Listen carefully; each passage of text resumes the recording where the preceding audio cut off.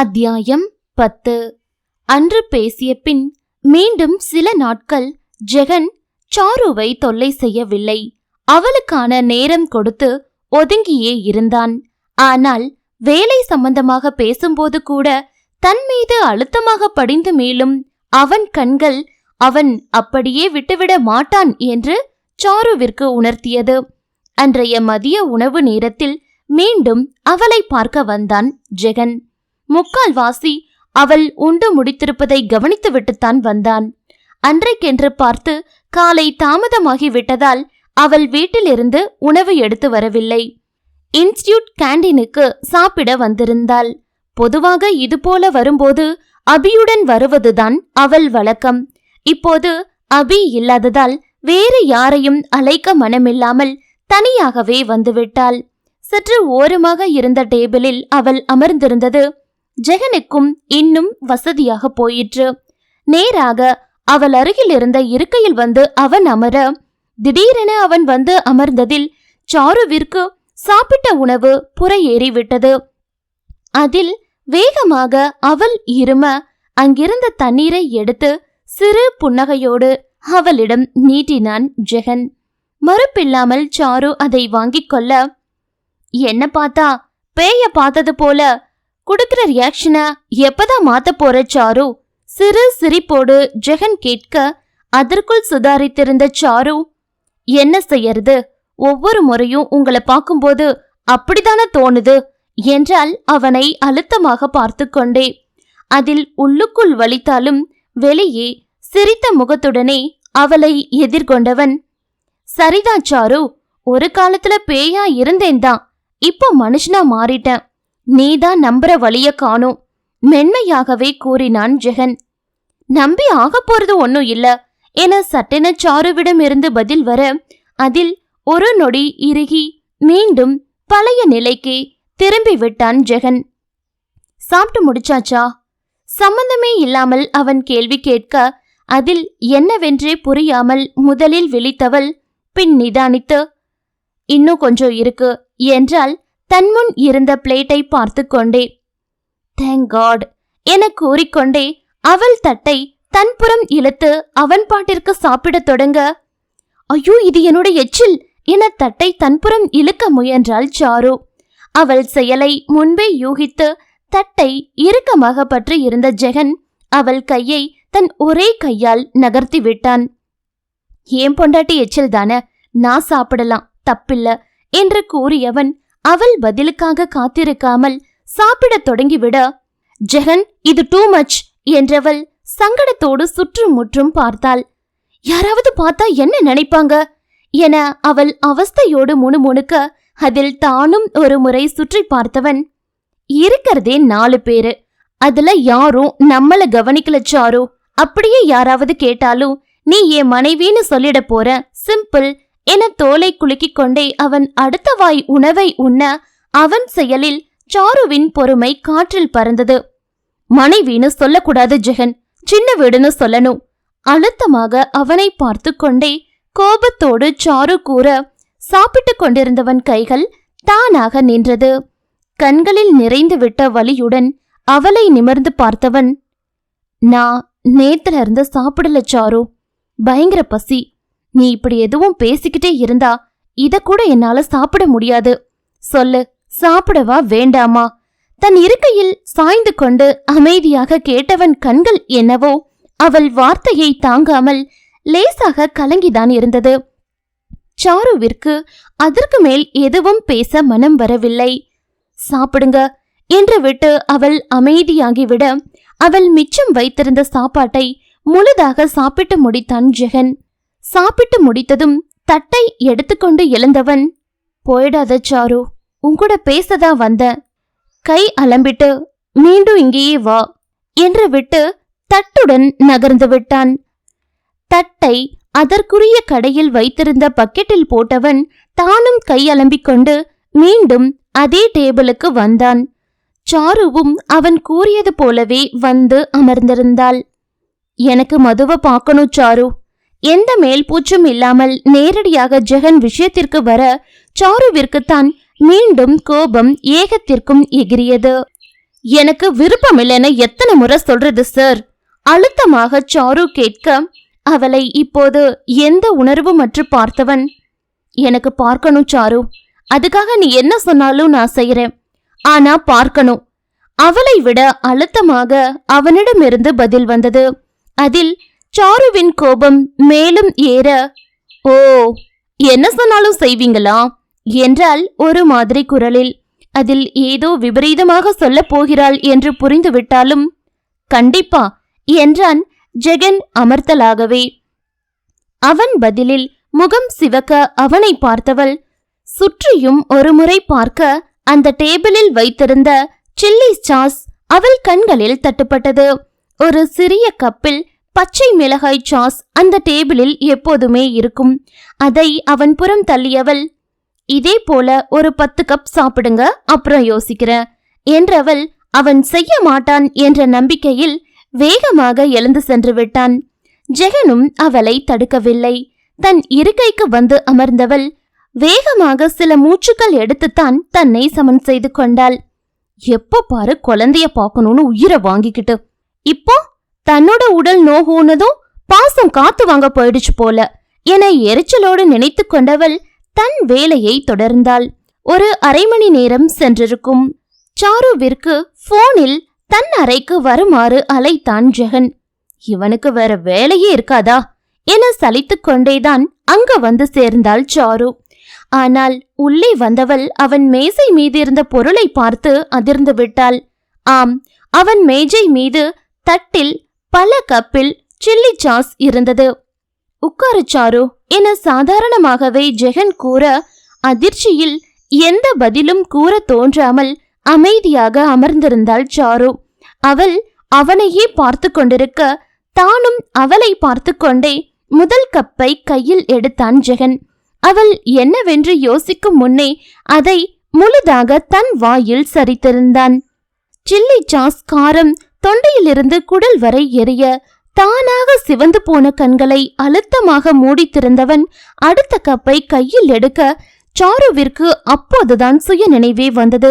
அதிர்ச்சி நீங்கியதும் அவன் செய்து கொண்டிருக்கும் காரியம் முறைக்க, என்ன முட்டாள்தனம் பண்றீங்க, அத வைங்க முதல்ல என்று அவள் கோபத்தோடு கூற, அவனோ ஒரு நொடி அவளை புருவம் சுருங்க பார்த்துவிட்டு இரண்டாவது கப்பையும் முடித்தான். அவன் சொன்னால் கேட்க மாட்டான் என்று புரிந்துவிட வேகமாக எழுந்து அவன் அருகில் வந்தவள், வேண்டான்னு சொல்றேன் இல்லையா, ஏதோ கோபத்துல சொன்னது, தயவு செஞ்சு சும்மா இருங்க என்று கூறிக்கொண்டே அவனிடம் இருந்து அடுத்த கப்பை பறிக்க முற்பட அவளது 2 கைகளையும் தன் ஒரே கையால் அழுத்தமாக பிடித்து கொண்டவன் மற்றொரு கையில் இருந்த அடுத்த கப்பை காலி செய்தான். சாரு அவன் கையில் இருந்து தன் கையை எடுத்துக்கொள்ள போராட அவளால் அவன் அழுத்தத்தை மீறி கையை அசைக்க கூட முடியவில்லை. அதற்காக கை வலித்தது என்றும் கூற முடியாத அளவு மென்மையாக தான் பிடித்திருந்தான். அந்த மென்மையான பிடியில் இருந்து கூட விடுபட முடியவில்லையே என எரிச்சலோடு அவள் போராட அதற்குள் மேலும் 2 கப்பை குடித்து முடித்திருந்தான் ஜெகன். கையை உதற முயற்சித்துக் கொண்டே அவனை பார்த்தவள், இத முழுசும் நீங்க குடிச்சாலும் நான் குழந்தைய உங்ககிட்ட ஒரு நிமிஷம் கூட கொடுக்க மாட்டேன், தேவையில்லாம எதுவும் முயற்சி பண்ணாதீங்க என எரிச்சலோடு கத்த ஜெகனின் கை சில நொடிகள் தயங்கி நின்றது. சாருவும் கோபத்தில் சொல்லிவிட்டாலே ஒழிய எதற்காகவும் குழந்தையை அவன் கண்ணில் காட்ட அவளுக்கு விருப்பமில்லை. அவள் முகத்திலிருந்தே ஜெகனுக்கும் அது புரிந்துவிட அதில் அவளை எந்த உணர்வும் காட்டாமல் சில நொடிகள் பார்த்தவன் என்ன நினைத்தானோ, அவள் கைகளை விடாமலேயே மீதி இருந்த சாஸையும் முழுதாக குடித்து முடித்து விட்டான். அவன் குடிப்பதை பார்ப்பதை தவிர சாருவால் ஒன்றுமே செய்ய முடியவில்லை. முழுதாக 10 கப்பும் முடித்துவிட்டு அவள் கைகளை விட்டவன் முகத்தை பார்த்து சாருவிற்கு பெரும் அதிர்ச்சியாக இருந்தது. அந்த அளவு சிவந்து போய் இருந்தது. அவனது மா நிறத்திற்கும் சற்று அதிகமான நிறத்திற்கு அவன் முகத்தில் சிவப்பு ஏறி இருந்தது நன்றாகவே தெரிந்தது. அவளை அழுத்தமாக ஒரு முறை பார்த்தவன் எதுவும் பேசாமல் எழுந்து சென்று ஜன்னல் அருகில் நின்று விட்டான். இன்றும் அவன் இறுக்கமான முதுகைதான் அவள் பார்க்க வேண்டியிருந்தது. தன் முழு உயரத்திற்கும் நிமிர்ந்து இறுகி நின்றிருந்தவனை அவள் நின்று கொண்டே நிமிர்ந்துதான் பார்க்க வேண்டியிருந்தது. முதலில் என்ன செய்ய வேண்டும் என்று தெரியாமல் விழித்தவள் கண்களில் அங்கு ஓரமாக இருந்த தண்ணீர் கேன் பட அங்கு சென்று ஒரு டம்ளரில் தண்ணீர் பிடித்து கொண்டு வந்து, ஜெகன், இத குடிங்க என அவனிடம் நீட்டினாள் சாரு. அவனோ எந்த பதிலும் கூறாமல் மறுப்பாக தலையசைத்தான். எரியும், குடிங்க என சிறு எரிச்சலோடு சாரு கூற, எரியட்டும் என்றான் ஜெகன் அழுத்தமாக. அவன் பிடிவாதத்தால் கோபம் வந்தாலும் சாருவிற்கு ஒரு புறம் வலிக்கவும் செய்தது. ஏனோ எரிந்தால் எரியட்டும் என்று அவளால் நினைக்க முடியவில்லை. நான் தான் அதை குடிச்சாலும் குழந்தைய காட்ட மாட்டேன்னு சொன்னேனே, அப்புறமும் ஏன் குடிச்சீங்க? ஆற்றாமையோடு சாரு கேட்க, இப்போது அவளை நன்றாக திரும்பி பார்த்தவன், பரவாயில்ல சாரு, முன்னால செஞ்ச பாவங்களுக்கு தண்டனையா இருந்துட்டு போகட்டும் என எந்த உணர்வுமற்று கூறினான் ஜெகன். அவன் பதிலில் அவள் திகைத்து நிற்க, ஆனா எனக்கு குழந்தைய பார்க்கணும் சாரு, அதுக்காக வேற என்ன வேணும்னாலும் சொல்லு, நான் செய்யறேன். ஆனா நான் பார்க்கணும். இத்தனைக்கு பிறகும் அவன் தொடங்கிய இடத்திலேயே வந்து நிற்க, ஐயோ, உங்களுக்கு எத்தனை முறை சொல்றது? நீங்க எனக்கு கணவனாகவே இல்லாதப்போ எப்படி மதுவுக்கு அப்பாவாக முடியும்? எந்த உறவும் இல்லாத ஒருத்தர்கிட்ட நான் ஏன் என் குழந்தைய காட்டணும்? தலையை பிடித்துக்கொண்டு கோபத்தோடு சாரு கத்த, ஜெகனோ கொஞ்சமும் தன் முகத்தை மாற்றிக்கொள்ளவில்லை. அதே உணர்வற்ற முகம்தான். அவள் கொஞ்சம் தெளிந்ததும் அவள் முகத்தை தன் ஒற்றை விரல் கொண்டு நிமிர்த்தியவன், நீதான் என் மனைவி, மது நம்ம குழந்தை, இதுல எந்த மாற்றமும் இல்ல. இத நீயும் ஏத்துக்கிற வரைக்கும் நான் காத்துட்டு இருப்பேன். ஆனா இத இல்லைன்னு மட்டும் அழிக்கவே முடியாது சாரு. எனக்கு என் மகளை பார்க்கணும், உன் அனுமதியோட. என்ன செஞ்சா உன் மனசு ஆறி அனுமதி கொடுக்க முடியும்னு மட்டும் யோசி. அதுவும் இப்போ வேண்டாம், இப்ப போய் வேலை பாரு. மனம் கொஞ்சம் அமைதியானதும் யோசி, போதும். நிறுத்தி நிதானமாக ஒவ்வொரு வார்த்தையாக ஜெகன் கூற, அவனை வெறித்து பார்த்து கொண்டிருந்த சாரு, இந்த பிறவியில உங்களை ஏத்துக்க மாட்டேன் என கடைசி வார்த்தையை தனதாக்கிக் கொண்டு அங்கிருந்து வேகமாக சென்று விட்டாள். ஜெகனிடம் வீராப்பாக பேசிவிட்டு வந்துவிட்டாளே ஒழிய அவள் மனம் என்னவோ அடித்துக்கொண்டேதான் இருந்தது. இத்தனை நாட்கள் அவள் என்ன சொன்னாலும் பதில் பேசாமல் இருந்த அவன் குணம் இப்போது மாறி இருப்பது அவளுக்கு தெளிவாகவே தெரிந்தது. என்னதான் தன் தவறை ஒத்துக்கொண்டு வருந்தினாலும் அவன் சொல்லில் ஒரு அழுத்தம் இருந்தது. சொன்னதை செய்துவிடும் அழுத்தம் அது. இனி நிச்சயம் அவன் முன்பு போல் ஒதுங்கி இருக்க மாட்டான் என சாருவிற்கு தோன்றியது. என்ன செய்வது என்றுதான் அவளுக்கு ஒன்றும் புரியவில்லை. ஜெகன் கூறியது போல அவள் வேறு வாழ்க்கை பற்றி யோசிக்கவில்லைதான். ஆனால் அதற்காக அனைத்தும் மறந்து அவனோடு வாழ முடியுமா என்று கேட்டால் நிச்சயம் முடியாது என்றுதான் அவள் மனம் கூக்குரலிட்டது. அத்தனை சுலபமாக ஏற்றுக்கொள்ளும் செயல்களையா அவன் செய்தான்? அவன் வாழ்ந்த லட்சணத்திற்கு குழந்தை பாசம் ஒன்றுதான் குறை என்ற எரிச்சல்தான் சாருவிற்கு மிஞ்சியது. அவள் பயந்தது போலவேதான் ஜெகனும் செய்தான். அடுத்த முறை மதுவை பார்க்க வேண்டும் என அவள் வீட்டிற்கே வந்துவிட்டான். அத்தியாயம் 11. நாட்கள் அதன் போக்கில் சென்று கொண்டிருக்க சாருதான் அடுத்து ஜெகன் என்ன செய்வானோ என்ற குழப்பத்திலேயே சுற்றி கொண்டிருந்தாள். அன்று மாலை அபி வீட்டிலிருந்து சாரு கிளம்ப தொடங்கிய போதே அவள் கையில் இருந்த மதுவை பிடுங்கிக் கொண்டு மீண்டும் கீழே விட்ட அபி, சாப்பிட்டுட்டு போடி போதும் என்று கூற, அபி, நான் வீட்டுக்கு போய் செஞ்சுக்கிறேன், தனி வீடுன்னு பேருதான், முக்காவாசி எல்லாம் இங்கேயே முடிச்சுட்டு என்ன அங்க படுக்க மட்டும்தான் அனுப்புற நீ, சலிப்போடு சாரு கூற, அதுக்கு கூட உன்னை போக வேண்டான்னு தான் சொல்றேன், எங்க கேக்குற? சாருவை விட அதிக சலிப்போடு ஒலித்தது அபிராமியின் குரல். அதில் லேசாக சிரித்து கொண்ட சாரு, என்ன மொத்தமா சோம்பேறி ஆக்காத அபி என்று கூற, ஆமா, நீ அப்படியே நான் சொல்றத கேட்டுட்டாலும் போடி, நீ வா மதுக்குட்டி, நாம விளையாடுவோம். சாருவிடம் ஆரம்பித்தவள் குழந்தையிடம் முடித்து அவளை தூக்கி கொண்டு சென்று விட்டாள். சாருவும் லேசாக தலையாட்டி சிரித்து கொண்டே சௌமியாவிற்கு உதவ சென்று விட்டாள். இரவு 8 மணி போல சப்பாத்தி குருமா சாப்பிட்டு விட்டு குழந்தைக்கும் உணவூட்டி முடித்துவிட்டு கிளம்பினாள் சாரு. நான் வேணும்னா கூட வரட்டுமா என்று வினை கேட்க, இங்கதானே நானே போய்க்கிறேன் என்று கூறிவிட்டு கிளம்பி விட்டாள் சாரு. சாருவின் வீடு கிரவுண்ட் ஃப்ளோரில் இருந்தது. அந்த அபார்ட்மெண்டில் கிரவுண்ட் ஃப்ளோரில் அவள் வீடு மட்டும்தான். பாதுகாப்பிற்கு எதுவும் பிரச்சனை இல்லாததால் சாருவிற்கு சுலபமாக இருக்கட்டும் என அந்த வீட்டையே வாங்கி இருந்தான் ஜெகன். அவள் வீட்டை ஒட்டியேதான் கார் பார்க்கிங் இருக்கும். வீட்டிற்கு வந்தவள் தூங்கும் குழந்தையை பெட்டில் விட்டுவிட்டு நிமிரும் போது காலிங் பெல் அடித்தது. சாரு வந்து கதவை திறந்த போது வெளியே நின்றிருந்த ஜெகனை பார்த்து ஒரு நொடி ஒன்றும் புரியாமல் அதிர்ந்து விட்டாள். ஜெகன் வீட்டிற்கே வந்து விடுவான் என சாரு நிச்சயம் எதிர்பார்க்கவில்லை. நீங்க இங்க திக்கி திணறி சாரு கேட்க, நான் குழந்தைய பார்க்கணும்னு சொன்னேனே சாரு, எனக்கு பார்க்கணும். சற்று அழுத்தமாக ஜெகன் கூற அதில் சாருவிற்கும் திகைப்பு நீங்கி அங்கு கோபம் குடிகொண்டது. முடியாது, முதல்ல என் மானத்தை வாங்காம இங்கிருந்து போங்க என்று கூறிக்கொண்டே அவள் கதவை அடைக்க முயல அதை தன் ஒரே கையால் தடுத்தவன், நல்லா கேட்டுக்கோ சாரு, நான் மதுவை பார்க்காம இங்கிருந்து போக மாட்டேன். நீ அனுமதிக்கிற வரைக்கும் இங்கேயேதான் இருப்பேன் என அவள் கண்களை பார்த்து அழுத்தமாக கூறிவிட்டு அவன் கையை எடுத்துவிட அவன் சொன்னது எதுவும் சரியாக தலையில் ஏறாமல் அவனை முறைத்து கொண்டே கதவை வேகமாக அடித்து சாத்தினாள் சாரு. அவள் கதவை சாத்தியதை ஒரு பெருமூச்சோடு பார்த்தவன் திரும்பி வந்து தன் காரிலேயே அமர்ந்து விட்டான். இன்னும் அதிக நேரம் ஆகாததால் ஆள் நடமாட்டம் இருந்து கொண்டுதான் இருந்தது. அதான் வெளியில் நிற்காமல் உள்ளே சென்று அமர்ந்து விட்டான். மேலும் 2 மணி நேரம் சென்றிருக்கும். வீட்டில் இருந்த சிறு சிறு வேலைகளை முடித்துவிட்டு படுக்கலாம் என்று நகர்ந்த சாருவிற்கு அப்போதுதான் ஜெகன் கூறியது ஒருவாறு நினைவு வர, எதற்கும் பார்த்து விடுவோம் என வாசல் கதவை திறந்து ஒரு முறை எட்டி பார்த்தாள் சாரு. முதலில் சற்று நேரம் இருந்திருந்தாலும் பின் ஜெகன் கிளம்பி சென்றிருப்பான் என்றுதான் சாரு நினைத்தாள். ஆனால் அவன் கார் அங்கேயே நிற்பதும் அதற்குள் அவன் அமர்ந்திருப்பதும் இருந்த இடத்தில் இருந்தே தெளிவாக தெரிய சற்று மட்டுப்பட்டிருந்த அவள் கோபம் மீண்டும் அதிகரித்தது.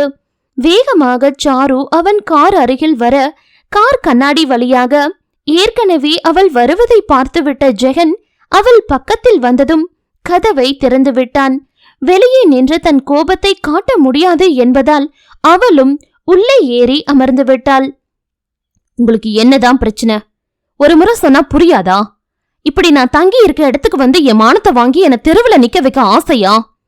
கோபத்தோடு கத்திக்கொண்டே வந்தவள் திடீரென நிறுத்தி அவனை ஒரு மாதிரி பார்த்தாள். என்ன பழி வாங்கினது பத்தாதுன்னு குழந்தை மானத்தையும் சேர்த்து வாங்க பாக்குறீங்களா?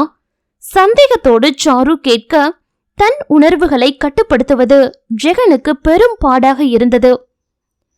இல்லைன்னு என்னால நிரூபிச்சிட முடியும் சாரு, நீ தயாரா? அவளை கூர்மையாக பார்த்து கொண்டே ஜெகன் கேட்க இப்போது சாரு தான் விழித்தாள். ஒரு பெருமூச்சோடு நிமிர்ந்தவன், இதோ பாரு சாரு, எந்த குழந்தையின் மானத்தை நான் வாங்க நினைக்கிறேன்னு கேக்குறியோ அவளை பார்க்க தான் தவம் இருக்கேன். மேலும் உன்கிட்ட எதுவும் கேள்வி வரக்கூடாதுன்னு தான் வீட்டு வாசல்ல உட்காராம இங்க வந்து உட்கார்ந்திருக்கேன். வேற என்ன? தெளிவாக ஜெகன் கேட்க சாருவிற்கு உடனடியாக என்ன சொல்வதென்றே புரியவில்லை. அவள் அமைதியாக அமர்ந்திருப்பதை பார்த்தவன், ஒரு அரை மணி நேரம் சாரு, அதிகபட்சமா, அதுக்கு மேல எடுத்துக்க மாட்டேன் பிளீஸ் என மீண்டும் தன் கோரிக்கையில் வந்து நிற்க அதில் தன் அதிர்ச்சி நீங்கி மீண்டும் எரிச்சலோடு அவனை பார்த்தவள், முடியாது என ஒரே வார்த்தையில் முடித்துவிட்டு கதவை திறந்தாள். அவள் இறங்கும் முன் அவள் கைகளை பிடித்து தடுத்தவன், எத்தனை நாட்கள் ஆனாலும் சரி சாரு, நீ குழந்தைய கண்ல காட்டுற வரைக்கும் என் இரவுகள் இங்கதான் கழியும் அழுத்தமாக கூறிவிட்டு அவன் கையை விட்டுவிட, உங்க தலையெழுத்து என அவனை முறைத்துவிட்டு இறங்கி சென்று விட்டாள் சாரு. வீட்டிற்கு வரும் வரைதான் அவள் வீரா பெல்லாம். அதற்கு பின் மனம் அடித்துக் கொள்ளத்தான் செய்தது. அவன் பிடிவாதம் அவள் அறியாததா என்ன?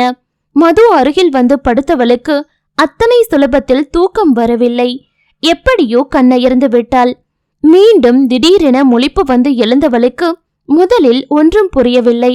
பின் ஜெகன் நினைவு வர டைம் பார்த்தால் அது காலை 4 மணி என்று காட்டியது. அச்சோ, இவ்ளோ நேரம் ஆகிட்டதே, என்ன செய்யறானோ என்ற பயம் தோன்ற வேகமாக எழுந்து வந்தாள் சாரு. அவள் நினைத்தது போலவே ஜெகன் அங்கேயேதான் இருந்தான். என்ன இந்த முறை காருக்குள் அமராமல் வெளியே வந்து காரின் முன்பக்க பேனட்டில் சாய்ந்து நின்றிருந்தான். சாரு கதவு திறந்த ஒலி அவனுக்கும் கேட்டது. அதில் ஒரு முறை அவளை திரும்பி பார்த்தவன் முகத்தில் எந்த உணர்வும் காட்டாமல் மீண்டும் திரும்பிவிட்டான். எப்படியும் மீண்டும் உள்ளே சென்று விடுவாள் என்றுதான் அவன் நினைத்தான். ஆனால் சாருவால் ஏனோ இந்த முறை கோபத்தை பிடித்து வைத்துக் கொள்ள முடியவில்லை. எத்தனை நேரமாக கொசுக்கடியில் நிற்கிறானோ என்று கவலையாகத்தான் அவளுக்கு இருந்தது. ஜெகன் சொன்னதை செய்யக்கூடியவன். இன்று அவள் விடவில்லை என்றால் மறுநாளும் அதே போல் வந்து நிற்க தயங்க மாட்டான். மற்றவர்கள் பேசுவதை பற்றி இங்கு கவலைப்பட ஒன்றுமில்லை. அடுத்த வீட்டில் நடக்கும் பிரச்சனையை கவனிக்க இங்கு யாருக்குமே நேரமில்லையே. ஜெகனிடம் மானத்தை வாங்குறீங்களா என அவள் கேட்டதே அவனை கிளப்பத்தான். மற்றபடி அதை பற்றி ஒன்றுமில்லை. ஆனால் ஜெகன் அவன் தவறையே அவள் எத்தனை கெஞ்சியும் கேட்காமல் பிடிவாதமாக செய்தவன். இப்போது குழந்தை பாசத்தில் நிற்கிறான். நிச்சயம் விட்டு கொடுக்க மாட்டான் என்றுதான் தோன்றியது. எப்போதும் அவன் நினைப்பதுதான் நடக்கிறது என ஒரு பக்கம் தோன்றினாலும் அதையும் தாண்டி ஏனோ அன்று அவள் மனம் அவன் பால் சற்று இலகிதான் விட்டது. ஜெகன் என தனக்கு அருகில் ஒலித்த குரலில் அவளை எதிர்பார்க்காமல் ஆச்சரியத்தோடு திரும்பினான் ஜெகன். இன்னும் எத்தனை நேரம் இங்க நிக்கிறதா இருக்கீங்க? இந்த முறை கோபம் இல்லாமல் அமர்த்தலாகவே சாரு கேட்க அதை சரியாக கவனிக்காதவன் ஒரு 5 மணி வர அப்புறம் போயிடுற என்றான். இன்னைக்கு இரவும் வருவீங்க இல்லையா? அவள் கேள்வியில் இந்த முறை அவள் என்ன நினைத்து கேட்கிறாள் என்று அவனுக்குத்தான் புரியாமல் போயிற்று. உனக்கு ஏன் வருகையால எந்த பிரச்சனையும் இருக்காது சாரு, சற்று யோசித்து அவன் பதில் கூற, ஆனா வரத மட்டும் நிறுத்த மாட்டீங்க அப்படிதானே என அழுத்தமாக கேட்டாள் சாரு. அதில் அவளை எப்போதும் போல உணர்வுகள் துடைத்த முகத்தோடு வெறித்தவன், எனக்கு மதுவை பார்க்கணும் சாரு, அதுக்கு சம்மதிக்க உன் மனசு ஆறுற வரைக்கும் நான் வரதா செய்வேன். ஆனா நிச்சயம் என்னால உனக்கு எந்த ஒரு அவப்பெயரும் வராது. அவனிடம் இருந்தும் அழுத்தமாக பதில் வந்தது.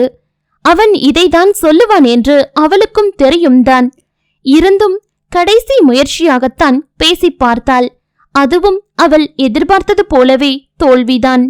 ஒரு பெருமூச்சோடு நிமிர்ந்தவள் உள்ள வாங்க என்று விட்டு நடக்கத் தொடங்கிவிட அவள் கூறியது தன் காதில் சரியாகத்தான் விழுந்ததா என்று திகைத்து விழித்துக் கொண்டிருந்தான் ஜெகன். நிச்சயம் ஒரே நாளில் சாரு சம்மதிப்பாள் என்று அவன் நினைக்கவே இல்லை. அவன் இன்னும் அப்படியே நிற்பதை பார்த்து திரும்பி அவள் வரலையா என்று கேட்க இன்னும் ஆச்சரியம் மாறாமல் அவளோடு நடந்தான் ஜெகன். எப்படி சாரு, நீ ஒத்துக்குவேன்னு நான் நினைக்கவே இல்லையே. மனதில் இருந்த ஆர்வத்தை கட்டுப்படுத்த முடியாமல் அவன் கேட்டை விட கதவை திறந்து கொண்டு அவனை ஒரு மாதிரி பார்த்தவள், முழு மிருகமா இருக்க முடியல என்றால் அழுத்தமாக. அதில் ஜெகன் முகம் ஒரு நொடி கருத்துதான் போயிற்று. என்ன போல நீ மிருகம் இல்ல சாரு, சரிதான் என அவனும் உடனடியாக ஒத்துக்கொண்டான். அவனுக்கும் எந்த பதிலும் கூறாமல் உள்ளே வந்தவள் ஹால் சோபாவை காண்பித்து, இதுல படுங்க, பாப்பா எழுந்ததும் பார்க்கலாம், கொஞ்சம் தூங்குங்க என்று விட்டு அவன் பதிலுக்கு காத்திருக்காமல் அறைக்குள் வந்துவிட்டாள். அவள் மனநிலை ஜெகனுக்கும் புரிந்தது. அவனை உள்ளே விட்டதே பெரிது. இதற்கு மேல் எதுவும் எதிர்பார்க்க முடியாது. உள்ளே வந்த சாருவின் மனமும் சற்று வேகமாக அடித்துக் கொள்ளத்தான் செய்தது. அவளுக்கு சுத்தமாக விருப்பமில்லாத ஒரு செயலை செய்து வைத்திருக்கிறாள். வெறும் மனிதாபிமானத்தின் அடிப்படையில் செய்ததுதான். ஜெகனின் இந்த குழந்தை ஆசை எங்கே போய் முடியும் என்று நினைத்தால் அவளுக்கு பயமாகத்தான் இருந்தது. பேசாமல் வேறு எங்காவது வேலை தேடிக்கொண்டு போய்விடலாமா என்று கூட யோசித்தாள். அதற்கு முதலில் கிருஷ்ணவேணியிடம் உண்மையை கூற வேண்டும். அந்த இடம்தான் அவளுக்கு பெரிதாக இடித்தது. ஏற்கனவே தந்தையை இழந்தாயிற்று. அவள் ஏதாவது சொல்ல போய் இருக்கும் ஒரே உறவான அவருக்கும் ஏதாவது ஆகிவிட்டால் அந்த ஒரு பயம்தான் அவளை ஜெகனை சுற்றியே பிடித்து வைத்திருந்தது. யோசித்துக் கொண்டே சாரு தூங்கிவிட மீண்டும் அவள் கண் விழித்த போது காலை 7 மணி ஆகியிருந்தது. கண் விழித்ததும் டைம் பார்த்தவள் இன்று அதிக நேரம் உறங்கிவிட்டதை உணர்ந்து வேகமாக எழுந்தாள். மது இன்னும் ஆழ்ந்த உறக்கத்தில் இருக்க குழந்தையின் பட்டு கன்னத்தில் மிக மென்மையாக இதழ் பதித்துவிட்டு வெளியே வந்தாள் சாரு. ஜெகனை தேடி அவள் சோபாவை முதலில் பார்க்க அதில் அவனை காணவில்லை. எங்க போனா என்று நினைத்து கொண்டே லேசாக திரும்பியவள் கண்ணில் அவன் தரையில் படுத்திருப்பது விழுந்தது. அதை பார்த்ததும் சாருவிற்கு ஏனோ கோபம்தான் வந்தது. ஒழுங்கா மேல படுக்க வேண்டியதுதானே, இப்ப யாருக்கிட்ட பரிதாபத்தை வாங்கிக்க இந்த டிராமா என்றுதான் அவள் மனம் நினைத்தது. அந்த நேரத்தில் ஊரிலும் அவன் இதே போல்தான் படுத்திருந்தான் என்று மறந்து விட்டிருந்தாள் சாரு. அவனிடம் இருந்து சீராக வெளிவந்து கொண்டிருந்த மூச்சு அவன் நன்றாக உறங்குகிறான் என்று உணர்த்த தன் கோபத்தை ஓரம் கட்டிவிட்டு சத்தமில்லாமல் பாத்ரூமிற்கு சென்று விட்டாள். அவள் வெளியே வந்தபோதும் அவன் உறங்கிக் கொண்டுதான் இருந்தான். அவனை எழுப்ப மனம் வராமல் சமையல் அறைக்குள் சென்று தன் வேலைகளை கவனிக்க தொடங்கிவிட்டாள் சாரு. சரியாக அவள் டிஃபன் செய்து முடித்துவிட்டு கைகளை துடைத்துக்கொண்டு நிமிரும் போது மது எப்போதும் போல் சினுங்கி குரல் எழுப்பினாள். போதா குறைக்கு ஒரு பா வேறு அவள் சினுங்களில் சேர்ந்து கொள்ள சாரு வருவதற்குள் அடித்து பிடித்து கொண்டு எழுந்திருத்தான் ஜெகன்.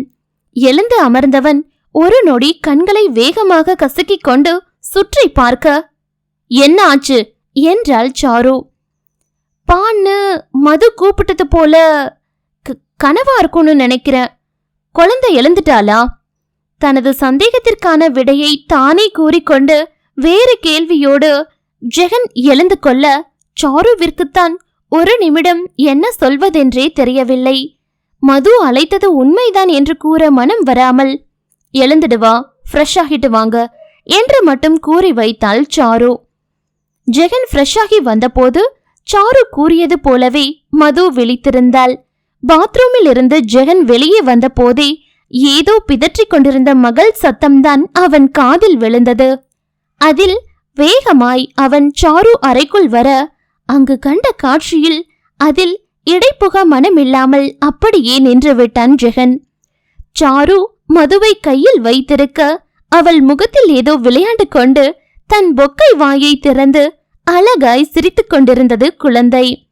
ஹேய், மூக்க விடுடி என்று சாரு குரலில் தன் மோன நிலை கலைந்தவனுக்கு அப்போதுதான் மது சாரு மூக்கை பிடித்து ஆட்டிக்கொண்டிருப்பது தெரிந்தது. அதில் முகத்தில் தோன்றிவிட்ட புன்னகையோடு மெதுவாக சாரு அருகே சென்றான் ஜெகன். அதற்குள் அவளும் அவனை பார்த்து விட்டிருந்தாள். அதில் அவள் முகத்தில் இருந்த புன்னகை தானாக குறைந்திருந்தது. சாரு அருகில் வந்தவன் ஆசையாக குழந்தைக்காக கை நீட்ட மனம் கேட்கவில்லை என்றாலும் அதை மறைத்து கொண்டு அவன் கையில் மதுவை கொடுத்தாள் சாரு. முதல் முறையாக தன் குழந்தையை கைகளில் ஏந்துகிறான். அந்த நொடி அவன் உடல் வெளிப்படையாகவே ஒரு முறை தூக்கி போட்டு அடங்கியது. குழந்தை முன் அழக்கூடாது என அவன் நினைத்திருந்ததெல்லாம் எங்கோ போய்விட கண்கள் கலங்கி தவிப்பதை அவனால் கட்டுப்படுத்தவே முடியவில்லை. முதலில் ஜெகன் தூக்கியதும் மீண்டும் சாருவிடம்தான் தாவ முயன்றாள் மது. ஆனால் ஜெகன் கண்ணில் இருந்து கண்ணீர் வடிந்ததும் குழந்தை என்ன நினைத்ததோ அவன் முகத்தை பார்த்து தன் பிஞ்சு கைகளால் அவன் கன்னத்தில் ஒரு அடி போட்டது.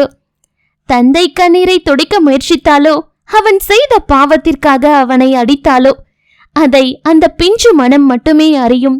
எதையும் ஆராயும் நிலையில் ஜெகன் இருக்கவில்லை. தன் குழந்தையின் ஒவ்வொரு அசைவையும் கண் சிமிட்டும் நேரம் கூட வீணாக்காமல் ரசித்துக் கொண்டிருந்தான் ஜெகன். மது பேபி மெதுவாக ஜெகன் அழைக்க அவன் முகத்தை பார்த்து கொண்டிருந்த மது கை தட்டி சிரித்தது. இது மதுவின் பழக்கம்தான். அவள் பெயரை சொல்லி யாராவது அழைத்தால் குஷியாகி விடுவாள். சிரித்துக்கொண்டே எழுந்தவள் திடீரென ஜெகன் தோளில் கை போட்டு பா என்று வேறு அழைத்து வைக்க அவனுக்கு மூச்சே அடைத்து விட்டது. உண்மையாகவே மூச்சு விட முடியாமல் திணறல் ஏற்பட குழந்தையை வேகமாக சாரு கையில் கொடுத்து விட்டான் ஜெகன். திடீரென அவன் குழந்தையை கொடுத்ததும் குழப்பத்தோடு சாரு வாங்கிக் கொள்ள வேகமாக சில நீண்ட மூச்சுக்கள் எடுத்துக்கொண்டான் அவன். ஒரு பக்கம் கண்களில் இருந்து கண்ணீர் வழிய அதற்கு மாறாக உதடுகள் புன்னகைத்து கொண்டிருக்க மூச்சு விட முடியாமல் அவன் தவித்துக் கொண்டிருக்கும் நிலையை பெரும் ஆச்சரியத்தோடு பார்த்து கொண்டிருந்தாள் சாரு. மது அவனிடம் இத்தனை பாதிப்பை ஏற்படுத்துவாள் என அவள் நிச்சயம் நினைக்கவில்லை. ஏதோ குழந்தையை பார்த்தால் கொஞ்சுவான், விளையாடு விட்டு சென்று விடுவான் என அவள் நினைத்திருக்க, அவனது இந்த பாதிப்பு அவளுக்கு அதிர்ச்சியாகத்தான் இருந்தது. ஜெகனுக்கோ இன்னும் சுவாசம் சீராகாமல் தொல்லை செய்ய சுற்றி பார்த்தவன் அந்த அறையில் இருந்த ஜன்னலை திறந்து விட்டு கொண்டு அதன் அருகில் சென்று நின்றான். அவன் ஜன்னலை திறந்ததும் மதுவும் அங்கே கை காட்ட சாரு குழந்தையை அங்கு தூக்கி வந்தாள். அதற்குள் ஓரளவு நிதானித்திருந்தவன் மீண்டும் குழந்தைக்காக கை நீட்ட, இந்த முறை எந்த எதிர்மறை எண்ணமும் இல்லாமலேயே குழந்தையை கொடுத்தாள் சாரு. ஜெகனும் முதல் முறை போல தடுமாறாமல் இப்போது வாகாக மதுவை தூக்கி கொண்டவன், எப்போதிலிருந்து பா சொல்ல ஆரம்பிச்சா என்றான் சாருவை பார்த்து. சில நாட்களாகதான் என்றவள், குழந்தைக்கு பால் எடுத்துட்டு வர என்று விட்டு அங்கிருந்து நகர்ந்து விட்டாள். அவர்கள் பாச பிணைப்பை நின்று பார்க்க அவளுக்கு ஏனோ பிடிக்கவில்லை. அவள் சென்றதும் ஜெகனும் தன் குழந்தையிடம் மூழ்கிவிட்டான். மதுக்குட்டி என கொஞ்சி கொஞ்சி மகிழ்ந்து கொண்டிருந்தான். அதற்கும் தந்தை என்று புரிந்து போனதோ என்னவோ அவனோடு சமத்தாக விளையாண்டு கொண்டிருந்தது. தவமிருந்து குழந்தை பெற்றுக் கொள்வார்கள் என்றுதான் சொல்வார்கள். ஆனால் ஜெகனோ 1 வருடம் தவமிருந்து தன் மகவை கையில் ஏந்தி இருக்கிறான். குழந்தை பிரசவித்த நொடி ஒரு தாய்க்கு ஏற்படும் பரவசத்தை அந்த நொடி உணர்ந்தான் அந்த ஆண்மகன். சற்று நேரத்தில் குழந்தைக்கு பாலும் அவனுக்கு காஃபியும் எடுத்துக்கொண்டு சாரு வர, குழந்தையை அவளிடம் கொடுத்துவிட்டு அவள் கொடுத்த காஃபியை மறுக்காமல் வாங்கிக் கொண்டான் ஜெகன். கையில் காஃபியுடன் அங்கிருந்த சேரில் அமர்ந்தவன் தன் மகள் ஸ்ட்ரா டம்ளரில் பால் குடிக்கும் அழகை ரசித்துக் கொண்டே தானும் காஃபியை குடித்து முடித்தான். குழந்தை பால் குடித்து முடித்ததும் அவளை கட்டிலில் விட்ட சாரு, இன்னும் 1/2 மணி நேரத்துல கிளம்பணும் என அவனை பார்த்து கொண்டே கூற, அவள் சொல்ல வருவதை புரிந்து கொண்டவன், சரி சாரு, நீ கிளம்பு, அது வரைக்கும் நான் மதுவோட இருக்கேன், நீங்க கிளம்பும் போது நானும் கிளம்பிடுறேன் என்றான் ஜெகன். அதில் ஒருவித நிம்மதியோடு எழுந்து தன் மாற்று உடையை எடுத்துக்கொண்டு சென்று விட்டாள் சாரு. அவள் நகர்ந்ததும் தன் மகள் அருகில் கட்டிலில் வந்து அமர்ந்து கொண்டவன் அவள் கட்டிலை சுத்தி சுத்தி தவழ்வதையும் கட்டில் கம்பியை பிடித்துக்கொண்டு எழுந்து நிற்க முயற்சிப்பதையும் சிறு புன்னகையோடு பார்த்து கொண்டிருந்தான். 1/2 மணி நேரம் எப்படி சென்றது என்று கேட்டால் ஜெகனுக்கு நிச்சயம் தெரியாது. சற்று நேரத்தில் மீண்டும் அறைக்கு வந்த சாரு இப்போது முழுதாக வேலைக்கு தயாராகி இருந்தாள். டிஃபன் எடுத்து வைக்கிறேன் வாங்க என்று விட்டு அவள் திரும்ப, எனக்கு வேண்டாம் சாரு என்று ஜெகனின் குரல் அவளை தடுத்தது. அதில் சாரு திரும்பி பார்க்க தவழ்ந்து கொண்டிருந்த குழந்தையை கையில் தூக்கி கொண்டவன் அவளுடனே கட்டிலில் இருந்து இறங்கினான். குழந்தை கன்னத்தில் அழுத்தமாக ஒரு இதழ் பதித்தவன், லவ் யூ மது பேபி என மெதுவாக பெண்ணிடம் கூறிவிட்டு அவளை தூக்கி கொண்டு சாருவிடம் வந்தான். ரொம்ப தேங்க்ஸ் சாரு, இந்த நொடி நான் எப்படி உணர்றேன்னு வார்த்தையால சொல்லிட முடியாது. நான் உனக்கு செஞ்ச பாவத்துக்கு நீ கடைசி வரைக்கும் எனக்கு எந்த கரிசனமும் காட்டாம இருந்திருந்தா கூட என்னால ஒன்னும் செஞ்சிருக்க முடியாது. பட் உனக்கு பெரிய மனசு சாரு, தேங்க்ஸ்மா தேங்க்ஸ் என மீண்டும் மீண்டும் கூறியவன் குழந்தை கன்னத்தில் மீண்டும் ஒரு முறை இதழ் பதித்துவிட்டு அவளை சாருவிடம் கொடுத்தவன் அவள் பதிலுக்காக காத்திருக்கவில்லை. வரேன் சாரு என்று விட்டு வேகமாக கிளம்பி சென்று விட்டான். ஒரு முறை பார்த்ததற்கே இத்தனை உணர்ச்சி வசப்படுகிறான். ஆனால் அதே நேரத்தில் கிளம்பியும் சென்று விட்டான். அவன் மனநிலை என்னவென்று தெரியாமல் சாருதான் குழம்பி நின்றாள். அத்தியாயம் 12. அன்று காலை வீட்டிற்குள் நுழையும் போதே புது உற்சாகத்துடன் நுழைந்த ஜெகனை ஆச்சரியத்தோடு பார்த்தார் சிவகாமி. அவன் முகத்தில் ஒரு சாதா ஒளியை அவர் பார்த்தே வருடக்கணக்காகி இருந்தது. ஜெகா, உன்னை இப்படி பார்க்க ரொம்ப சந்தோஷமா இருக்குப்பா, இப்படியே இருக்கக்கூடாதா ஏக்கத்தோடு சிவகாமி கேட்க அவர் அருகில் அமர்ந்து லேசாக புன்னகைத்தவன், இன்னைக்கு ஒரு தேவதைய பார்த்தேன். அவ கொடுத்த புன்னகை இது. இது நிரந்தரமாகணும்னு தான் எனக்கும் ஆசை. பாப்போம்மா என ஏதோ நினைவோடு ஜெகன் கூற, அது யாருன்னு நான் தெரிஞ்சுக்கலாமா ஜெகா என ஆவலை கட்டுப்படுத்த முடியாமல் சிவகாமி கேட்டார். அதில் ஒரு நொடி யோசித்தவன் பின் ஒரு முடிவோடு, உங்க பேத்திமா என்று கூறிவிட்டான். அவன் பதிலில் ஜெகா என அதிர்ச்சியோடு அவனை பார்த்தவர், என்னப்பா சொல்ற? எனக்கு பேத்தினா உன் குழந்தையா? எப்படி ஜெகா? இந்த அளவு என்கிட்ட இருந்து நீ ஒதுங்கிட்டியா? இல்ல உனக்கு அம்மாவா இருக்க தகுதி எனக்கு இல்லைன்னு நினைச்சிட்டியா? ஆதங்கம், கோபம் என இரண்டும் கலந்த உணர்வில் சிவகாமி கேட்க, அதில் தானாக தலை குனிந்த ஜெகன், சொல்லக்கூடிய நிலையில இருந்திருந்தா சொல்லியிருக்க மாட்டேனாமா என்றான் மெதுவாக. அப்போதுதான் 2 வருடம் முன் ஒரு நாள் ஜெகன் இதேபோல் ஏதோ கூறி அழுதது நினைவு வர, என்ன ஆச்சு ஜெகா என்றார் இப்போது கோபம் குறைந்தவராய். ஜெகனும் ஒரு நிமிடம் நடந்ததை கூறிவிடலாமா என்றுதான் நினைத்தான். ஆனால் ஒரு வினாடிதான். அடுத்த வினாடி அவன் மனமே வேண்டாம் என உறுதியோடு தடுத்துவிட்டது. ஏற்கனவே அவன் சாருவிடமும் அபியிடமும் நன்றாக பட்டுவிட்டான். விஷயம் என்னவென்று சரியாக தெரியாத போதே அபி பட்ட கோபம் அப்படிப்பட்டது. என்னதான் ஜெகனுக்கு சாரு செய்ததை வினை கூறியிருந்தாலும் அபி ஒன்றும் உடனடியாக இலகிவிடவில்லை. ஏதோ ஒரு வகையில் சாரு வாழ்வில் அவன் விளையாண்டிருக்கிறான் என்று தெரிந்த போதே அவள் பெண் மனம்தான் விழித்து கொண்டது. பல நாள் அவனை முறைத்து கொண்டுதான் இருந்தாள். ஒருவாறு ஜெகன் படும் பாட்டை பார்த்துதான் அவள் கொஞ்சம் மனம் இறங்கியது. அதற்கு பின்னும் அவனுக்கு உதவினாலும் அவள் ஆதரவு முழுவதும் எப்போதும் சாருவிற்குத்தான். அவன் பிரச்சனையை சரி பண்ண நினைக்கிறான் என்று தெரியும் வரைதான் அவள் அவனுக்கு உதவுவது. அவன் ஏதாவது சாருவிற்கு எதிராக செய்தால் அவளை பத்ரகாளியாகி விடுவாள். அபியே அப்படி எனும் போது அவன் அன்னை உண்மையை கூறினால் அன்னை நிச்சயம் தன்னை வெறுத்து விடுவார் என்று அவனுக்கு புரிந்தது. எந்த பெண் மனமும் மன்னிக்காத தவறல்லவா அவன் செய்து வைத்திருக்கிறான். அவர் கோபப்பட்டால் கூட தனது தவறுக்கு தண்டனை என்று ஏற்றுக்கொண்டு விடலாம். ஆனால் மகன் இப்படி செய்துவிட்டான் என்ற வேதனையில் அவர் உயிருக்கு ஏதேனும் ஆபத்து வந்துவிட்டால், அந்த நினைவு வந்தவுடனேயே அவன் உடல் பயத்தோடு இறுகிவிட்டது. ஏனோ அந்த நொடி தனது அன்னைக்கு பிள்ளையாக மட்டும்தான் அவனால் யோசிக்க முடிந்தது.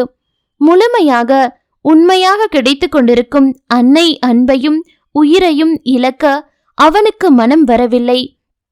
ஒரு பெருமூச்சோடு நிமிர்ந்தவன், மன்னிச்சிருங்கம்மா, உங்ககிட்ட எதுவும் சொல்ற தைரியம் எனக்கு இல்ல. எனக்கு என் அம்மாவாது வேணும். என் கோபம் உங்களுக்கே தெரியுமேம்மா. அதுல தவறுதான் செஞ்சிட்டேன். ஆனா அத்தனை சுலபத்துல என் மனைவி என்ன மன்னிச்சிட முடியாத தவறு. என்னன்னு கேட்காதீங்க ப்ளீஸ். இடையில் அவர் கேட்க வருவதை யூகித்து அதற்கும் சேர்த்தே பதில் சொல்லிவிட்டு தொடர்ந்தான் ஜெகன். அவ மனச மாத்தத்தான் முயற்சி பண்ணிக்கிட்டு இருக்கேம்மா. அவ மனசு மாறினா மட்டும்தான் குழந்தைய நான் உரிமை கொண்டாட முடியும். எல்லாம் நல்லபடியா முடிஞ்சா இந்த வீட்ல தானேமா வாழ்வோம். அப்போ உங்களுக்கு தெரியாமலையா போயிடும். ஒருவேளை சரியாகாமலும் போகலாம். இதை கூறும்போதே அவன் குரலும் வலியோடுதான் ஒலித்தது. தேவையில்லாம எந்த ஆசையும் வளர்த்துக்காதீங்கம்மா. என் விதி என்னன்னு தெரியல, பாப்போம் என்று ஜெகன் முடிக்க, அவன் கூறியதை கேட்டுக்கொண்டு அமர்ந்திருந்த சிவகாமிக்கு அவன் ஏதோ பெரிய தவறு செய்திருக்கிறான் என்று புரிந்து போனது. அந்த அளவு அவர் யூகித்து விடுவார் என்று தெரிந்தேதான் ஜெகன் கூறினான். முழுதாக உண்மையை மறைத்து தன்னை நல்லவனாக காட்டிக்கொள்ள அவன் மனம் இடம் கொடுக்கவில்லை. பெண் பாவம் பொல்லாதது ஜெகா. மனம் கேட்காமல் சிவகாமி புலம்ப, பிராய்ச்சித்தம் என்னால முடிஞ்ச வர செஞ்சுக்கிட்டு தாமா இருக்க என்றவன் குரல் அழுத்தத்தோடு ஒலித்தது. அவனது அவஸ்தையை 2 வருடங்களாக அவரும் பார்த்து கொண்டுதானே இருக்கிறார். அதற்காக பெண் விஷயத்தில் அவன் தவறு செய்துவிட்டான் என்பதை அவரால் ஒத்துக்கொள்ள முடியாமல் போய்விட, தாய்ப்பாசத்திற்கும் பெண் மனதிற்கும் இடையில் அல்லாடியவர் ஒன்றும் கூறாமல் எழுந்து சென்று விட்டார். செல்லும் அன்னையை பார்த்தவன் மனம் வெகுவாய் வலித்தது. அரைகுறையாக சொன்னதற்கே இந்த நிலை. இதில் தான் செய்ததை முழுதாக கூறினால் அன்னை நிலை எப்படி இருக்கும் என்று அவனால் யோசிக்க கூட முடியவில்லை. ஒரு பெருமூச்சோடு தானும் அமைதியாக எழுந்து தன் அறைக்கு சென்று விட்டான். அடுத்து வந்த சில நாட்கள் ஜெகன் முகத்தில் இருந்த புன்னகை வாடவே இல்லை. வினயை நேரில் பார்த்து தன் மகிழ்ச்சியை அதிசயமாக பகிர்ந்து கொண்டான் ஜெகன். மதுவை பார்த்த வினய், 1 வருஷத்துக்கு பின்னாடி நேர்ல பார்த்தேன், ரொம்ப சந்தோஷமா இருக்குடா. தன் அலுவலகத்திற்கு வந்து அமர்ந்து கொண்டு மகிழ்ச்சியோடு பேசிய நண்பனை வித்தியாசமாக பார்த்தான் வினய். எப்படிப்பட்ட சந்தர்ப்பத்திலும் தன் உணர்வுகளை வெளிக்காட்டி பழக்கமில்லாதவன் இன்று மகிழ்ச்சியை அவனே வந்து வெளிப்படுத்தினால் வினய் அதிராமல் என்ன செய்வான்? பதில் சொல்லக்கூட தோன்றாமல் வினய் திகைத்து விழிக்க, வினய் என்று ஜெகனின் சத்தமான அழைப்பில்தான் ஓரளவு நினைவிற்கு மீண்டான். உன்னை இப்படி பார்க்க ரொம்ப சந்தோஷமா இருக்கு ஜெகா. உண்மையான மகிழ்ச்சியோடு வினய் கூற அதில் மெலிதாக புன்னகைத்தான் ஜெகன். என்னவோ தெரியல வினய், மதுவை தூக்கணுங்கிறது பல நாள் ஏக்கும். அது நடந்த மகிழ்ச்சியா யார்கிட்டயாவது சொல்லணும் போல இருந்தது, அதான் என புன்னகை மாறாமல் ஜெகன் கூற, இனியாவது அவன் வாழ்வில் நல்லது நடக்கட்டும் என மனதார வேண்டிக் கொண்டான் வினய். மேலும் 1 வாரம் சென்றிருந்த நிலையில் அன்று மீண்டும் சாருவிடம் பேசினான் ஜெகன். அவளை தன் அறைக்கு அழைத்துதான் பேசினான். அவன் அழைத்த போதே மதுவை பார்க்கத்தான் கேட்கப் போகிறான் என்று யூகித்து விட்டாள் சாரு. அவள் நினைவை பொய்யாக்காமல் அவன் அதைதான் கேட்டான். சாரு, நான் மீண்டும் மதுவை எப்போ பார்க்கலாம் என நேரடியாகவே கேட்க அவனை கோபத்தோடு பார்த்தாள் சாரு. வெளியில் அவனை முறைத்து வைத்தாலும் உள்ளுக்குள் சாருவிற்கு குழப்பம்தான். இது எங்க போய் முடியுமோ என்ற கேள்விதான் அவள் முன் பெரிதாய் நின்றது. என்ன சாரு என்று நிஜமாகவே அவள் முறைப்பிற்கான காரணம் புரியாமல் ஜெகன் கேட்க, இன்னும் எத்தனை நாட்களுக்கு இப்படியே செய்யறதா உத்தேசம் என்றாள் சாரு நக்கலாக. நீ மனசு மாறி என்னை ஏத்துக்கிற வரைக்கும் யோசிக்காமல் ஜெகன் பதில் கூறிவிட அதில் தலைக்கு மேல் ஏறிய கோபத்தில் வேகமாக எழுந்து விட்டாள் சாரு. அவள் செயலில் தான் உளறிவிட்டதை உணர்ந்தவன் அவளை விட வேகமாக வந்து அவளை வழிமறித்தான். உட்காரு சாரு என அழுத்தமாக ஜெகன் கூற அவளோ அவனை மேலும் முறைத்துவிட்டு கடக்கவே முயன்றாள். அதில் அவள் தோலை அழுத்தமாக ஜெகன் பற்றிவிட சாருவின் மனம் தானாக முதல் நாள் ஊரில் நடந்த நிகழ்விற்கு சென்றது. ஆனால் அன்று போல் பயம் வராமல் இப்போது அவளிடம் எஞ்சி இருந்தது என்னவோ கோபம் மட்டுமே. என்ன ஜெகன், உங்க அழுத்தத்துக்கும் நீங்க குடுக்கிற வலிக்கும் பயப்படுற பழைய சாருன்ற நினைப்பா? அவனை அழுத்தமாக பார்த்து கொண்டே சாரு கேட்க, ஐயோ அப்படி இல்ல சாரு என அவசரமாக கையை எடுத்து விட்டான் ஜெகன். அவன் கையை எடுத்ததும் மீண்டும் சாரு நடக்க முயற்சிக்க, இதுக்கு தான் பிடிச்சேன், இப்படி உட்காரு சாரு, நான் பேசணும் ப்ளீஸ். வார்த்தையில் இருந்த ப்ளீஸ் நிச்சயம் அவன் கண்களில் இருக்கவில்லை. அதில் எப்படி ஏனும் அவளிடம் பேசிவிட வேண்டும் என்ற பிடிவாதம்தான் சாருவிற்கு தெரிந்தது. இப்போது அவள் அமரவில்லை என்றால் மீண்டும் ஏதாவது போராட்டம் என தொடங்கிவிட்டால் வம்பு என மனம் எடுத்துரைக்க பேசாமல் அமர்ந்து விட்டாள் சாரு. அவள் அருகில் இருந்த நாற்காலியில் தானும் அமர்ந்து கொண்டான் ஜெகன். சாரு, பின்னால நடக்க போறத பத்தி இப்போ பேச வேண்டாம் எதுவும், அத வரும்போது பாத்துக்குவோம். நான் ஏற்கனவே சொன்னது போல நீ வேற வாழ்க்கையை தேர்ந்தெடுத்தா நான் நிச்சயம் தடையா இருக்க மாட்டேன். குறைஞ்சது அதுவரையேனும் மதுவை நான் அடிக்கடி பார்த்துக்க அனுமதி குடிச்சாரு. அவன் கேள்வியில் யோசனையோடு அவனை பார்த்தாள் சாரு. ஏனோ அவளால் உடனடியாக ஒத்துக்கொள்ள முடியவில்லை. இத வளர விட்டால் எங்கு போய் முடியுமோ என்ற பயம் அவளுக்கு இருந்து கொண்டேதான் இருந்தது. அதில் குழப்பம் தீராமல் அவனை பார்த்தவள், எனக்கு என்ன சொல்றதுனே நிஜமாவே தெரியல ஜெகன். என்னால மதுவை உங்க குழந்தையா பார்க்கவே முடியல. என்னதான் அவ உங்க ரத்தம்னாலும் எனக்கு என்னவோ உங்களை தந்தையா பார்க்க முடியல. எதிர்பாராத விதமா என்ன யாராவது ரேப் பண்ணி இருந்தா குழந்தைக்கு அப்பா வேணும்னு அவனோடையே வாழ முடியுமா? நீங்க செஞ்சதும் அதுதானே? மனதில் இருந்த குழப்பத்தை வாய் விட்டு கூறிக்கொண்டே வந்தவள் திடீரென ஏதோ நொறுங்கும் சத்தத்தில் திகைத்து நிமிர்ந்து பார்த்தாள். ஜெகன்தான் மேசை மீதிருந்த கண்ணாடி டம்ளரை உடைத்து வைத்திருந்தான். அவன் ஓங்கி குத்தியதில் தாறுமாறாக கண்ணாடி சில் அவன் கைகளில் குத்தியிருந்தது. கண்கள் சிவந்து கண்ணீர் வடிந்து கொண்டிருக்க அடிபடாத கையால் தலையை தாங்கிக் கொண்டு அமர்ந்திருந்தவன் முகம் அத்தனை விகாரமாய் இருந்தது. ஜெகன் என மெதுவாக சாரு அழைக்க அவனிடமிருந்து முதலில் எந்த பதிலும் வரவே இல்லை. அவன் நிலையிலும் எந்த மாற்றமும் வரவில்லை. சாரு அவனையே பயத்தோடு பார்த்து கொண்டிருக்க அவனோ வேகமாக சில மூச்சுக்கள் எடுத்துக்கொண்டான். இன்னமும் கண்களில் இருந்த வெறி குறையாமல் நிமிர்ந்தவன் தன் முன் சிதறி கிடந்த கண்ணாடி சில்லை ஆராய்ந்து இருப்பதிலேயே கூர்மையானதை எடுத்தான்.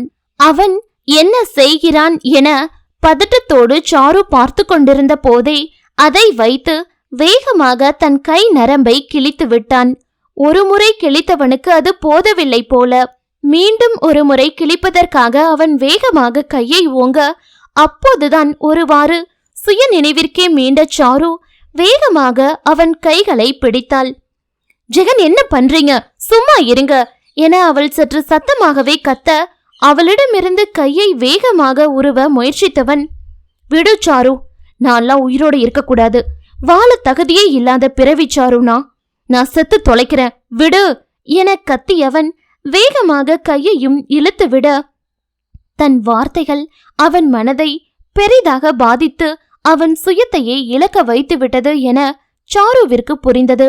அவனிடம் இப்போது பேசி பிரயோஜனம் இல்லை என புரிந்துவிட, ஜெகன் ஸ்டாப் இட் என கத்திக்கொண்டே அவனை ஓங்கி அறைந்து விட்டாள். அவள் அறைந்ததில்தான் ஜெகனுக்கு கொஞ்சம் சுய நினைவே மீண்டது. இப்போதும் கொஞ்சம் தெளிந்திருந்தானே ஒழிய அவன் ஒன்றும் பதறியதாக தெரியவில்லை. தனது கைகளையும் சுற்றி சிதறியிருந்த கண்ணாடியையும் ஒரு முறை பார்த்தவன் எதுவும் பேசாமல் எழுந்தான். இவன் எங்க போறான் என புரியாமல் சாரு பார்க்க சற்று தள்ளி இருந்த ஒரு ஃபைலை எடுத்தவன் அவன் பாட்டிற்கு சிதறி கிடந்த கண்ணாடியை எல்லாம் அதில் தள்ளி சுத்தப்படுத்த, ஜெகன், இது இப்ப ரொம்ப முக்கியமா? வாங்க முதல்ல ஹாஸ்பிட்டல் போகலாம் என்றாள் சாரு பதட்டத்தோடு. அதில் அவளை நிதானமாக ஒரு முறை திரும்பி பார்த்தவன் தன் வேலையை தொடர்ந்து கொண்டே பேசினான். நான் போய்க்கிறேன் சாரு, நீ கிளம்பு என்றவன் அந்த ஃபைலில் எடுத்திருந்த கண்ணாடி சில்லை முழுவதும் குப்பை தொட்டியில் போட்டவன் தன் கையில் ஒட்டி கொண்டிருந்த சில சில்லையும் ஒரு முகச்சொலிப்போடு பிடுங்கி அதே குப்பை தொட்டியில் வீசினான். அவன் செயலில் என சாரு பயத்தோடு கண்களை மூட அவளை எந்த உணர்வுமற்று வெறித்துவிட்டு தன் வேலையை முடித்துவிட்டு நகர்ந்தான் ஜெகன். அதற்குள் தானும் எழுந்து அவனிடம் வந்த சாரு, முதல்ல ஹாஸ்பிட்டல் போங்க, ரத்தம் கொட்டுது என தன்னை எறியாமல் கண்கள் கலங்க கூறினாள். அவன் கை அந்த அளவிற்கு குதறிவிட்டிருந்தது. மேலும் அப்போதுதான் அவன் நன்றாக நரம்பை கிழித்து வைத்திருப்பதை கவனித்தவள் மேலும் பதட்டத்தோடு அவனை பார்த்தாள். ஐயோ, நரம்பு கட்டாகியிருக்கும் போலேயே, நீங்க தனியா போக வேண்டாம் ஜெகன், நான் கூட வரேன், வாங்க என கொஞ்சமும் பதட்டம் குறையாமல் சாரு கூற அவளை நிதானமாக பார்த்த ஜெகன், ஒரு ரேபிஸ்டுக்கு அடிபட்டா நீ ஏன் பதற சாரு? நியாயப்படி பார்த்தா நான் சாகணும்னு தான் நீ இப்ப நினைக்கணும். உன்னை கெடுத்தவன் செத்தா நீ சந்தோஷம் தானே படணும், அதுவும் உன் கண்ணு முன்னாடியே. இந்த அதிர்ஷ்டம் எத்தனை பேருக்கு கிடைக்கும் சாரு? பார்த்து ரசிக்காம ஏன் பதற? அவன் என்னமோ சாதாரணமாக தான் கேட்டான். சாருவிற்குத்தான் மேலும் கண்ணீர் வரும் போல் இருந்தது. கண் முன் ஒரு உயிர் போவதை ரசிக்கும் அளவு அவள் கொடூரமானவள் இல்லையே, அதுவும் ஜெகன் உயிர். ஏன் அவன் என்ன தனி என மனம் கேட்க அவளுக்கு சரியாக விடை தெரியவில்லை. அவள் கழுத்தில் தொங்கிக் கொண்டிருந்த தாலி காரணமா? சரியாக தெரியவில்லை. இப்போதுதான் அவன் கணவனே இல்லை, இது அவன் குழந்தையே இல்லை என்றால் அந்த எண்ணத்தில் பெரிதாக அவளுக்கு எதுவும் மாற்றம் இல்லைதான். ஆனால் அவன் சொன்னது போல் செத்தால் சாகட்டும் என்று அவளால் விட முடியவில்லை. அதிலும் மனம் மாறி அவனே வருந்திக் கொண்டிருக்கும் போது இத்தனை கொடுமையாக பேசியிருக்க வேண்டாமோ என்று சாருவிற்கு தோன்றிவிட்டது. என்னதான் குழந்தையை கொடுக்க விருப்பமில்லை என்றாலும் அதை நேரடியாக சொல்லி இருக்கலாம். அதை விட்டு தன் அடிமன விரதத்தையும் குழப்பத்தையும் கொட்டி அவனை இந்த நிலைக்கு ஆளாக்கியிருக்க வேண்டாமே. அனைத்தையும் நொடி பொழுதில் யோசித்து முடித்து விட்டவள், சாரி ஜெகன், ஏதோ நினைவுல என்னவோ சொல்லிட்ட, அதுக்காக இப்படியா, வாங்க ப்ளீஸ் என மெதுவாக சாரு கூற, நீ சொன்னது எல்லாமே உண்மை சாரு. இது போல பெண்கள் வாழ்க்கையை யாராவது சீரழிச்சிட்டாங்கன்னு கேட்டா எனக்கே அவங்க மேல கொலை வெறி வரும். நானும் அதையேதான் செஞ்சேங்கிறத உன் மேல இருந்த கோபம் உணர விடல சாரு. அவள் செய்த தப்புக்குத்தானே படுகிறாள் என்ற எண்ணம் இப்போ புரியுது. மொட்டை தலைக்கும் முழங்காலுக்கும் தான் முடிச்சு போட்டிருக்கேன்னு. நீ சொன்னது சரிதான், நான் ஒரு ரேபிஸ்ட். அதுக்கான தண்டனை தான் எனக்கும் கிடைக்கணும். என்னை போலீஸ்ல பிடிச்சு கொடுத்து தூக்குல போட்டு உயிர் போகணும். எப்படி போனா என்ன, போய் தொலையட்டும். அவன் பாட்டிற்கு சாதாரணமாக பேச அவன் கையில் இருந்து வந்து கொண்டிருந்த இரத்த போக்கு அதிகமாவதைத்தான் சாரு கவனித்துக் கொண்டிருந்தாள். இதோ பாருங்க ஜெகன், என்னால உங்க உயிர் போனா எனக்கு காலம் முழுக்க ஆறாத வடுவா மாறிடும். சோ ப்ளீஸ் இப்படி பண்ணாதீங்க. கடவுளே ரத்தம், வாங்க ஜெகன். கோபத்திலையும் அவசரத்திலையும் எடுக்கிற எந்த முடிவும் சரியா இருக்காது. இப்ப நீங்க இருக்க மனநிலை சரியில்லை. இப்ப எந்த முடிவும் எடுக்காதீங்க. என் பேச்சுக்கு மரியாதை கொடுக்கறதா இருந்தா என்னோட வாங்க என சாரு அழுத்தமாக கூற, அவள் வருந்துகிறாள் என்ற ஒரே காரணத்திற்காக எதுவும் பேசாமல் அவளோடு நடந்தான் ஜெகன். யார் கண்ணிலும் கைப்படாமல் இருக்க இன்ஸ்டிடியூட் விட்டு வெளியே வரும் வரை கையையே பேண்ட் பாக்கெட்டில் விட்டு கொண்டு வந்தவன் வெளியே வந்ததும் தன் கைக்குட்டையை எடுத்து ரத்தம் வடிந்து கொண்டிருந்த இடத்தில் கட்ட முயல அதை சாருவே வேகமாக செய்துவிட்டு ஒரு ஆட்டோ பிடித்தாள். அத்தியாயம் 13. இருவரும் மருத்துவமனை வந்ததும் ஜெகனை அட்மிட் செய்துவிட விசாரித்தவர்களிடம் தெரியாமல் பட்டுவிட்டது என அவனே கூறிவிட்டான். வெளியில் அமர்ந்திருந்த சாரு இன்ஸ்டிடியூட்டில் தன்னுடன் வேலை செய்யும் தோழிக்கு அழைத்து வேலை விஷயமாக வெளியே வந்திருப்பதால் அவளை பார்த்து கொள்ள சொல்லிவிட்டாள். சாரு ஜெகனோடு வெளியே வந்ததை சிலர் பார்த்திருந்ததால் அந்த பெண்ணும் எந்த கேள்வியும் கேட்காமல் சரி சாரு என்று விட்டு போனை வைத்து விட்டாள். அதற்குள் ஜெகனை பரிசோதித்த மருத்துவரும் வந்துவிட்டார். கொஞ்சம் ஆழமான கட்டுதான், தையல் போட்டிருக்க, மயங்கிட்டாரு, ஒரு 2 மணி நேரத்துல முழிச்சிடுவாரு. பட் இன்னும் கொஞ்சம் நேரம் ஆகியிருந்தா கூட ரொம்ப ரிஸ்க் ஆகியிருக்கும், பார்த்து பத்திரமா இருங்க என்று விட்டு சென்று விட்டார். அங்கேயே ஓய்ந்து போய் அமர்ந்து விட்ட சாருவிற்கு தன்னை நிலைப்படுத்திக் கொள்ள சில சமயம் பிடித்தது. அப்பா, சில நிமிடங்களில் எத்தனை கலங்கடித்து விட்டான். அவன் ஒன்றும் சும்மா அவளை பயமுறுத்த எதுவும் செய்யவில்லை என மருத்துவர் கூறிவிட்டு போனதில் இருந்தே சாருவிற்கு புரிந்திருந்தது. உண்மையாகவே தடுமாறிவிட்டான். அதுவும் அவளது கொடூரமான வார்த்தையில்தான். இதற்கு முன்பும் எத்தனையோ குத்தி காண்பித்து பேசி இருக்கிறாள்தான்.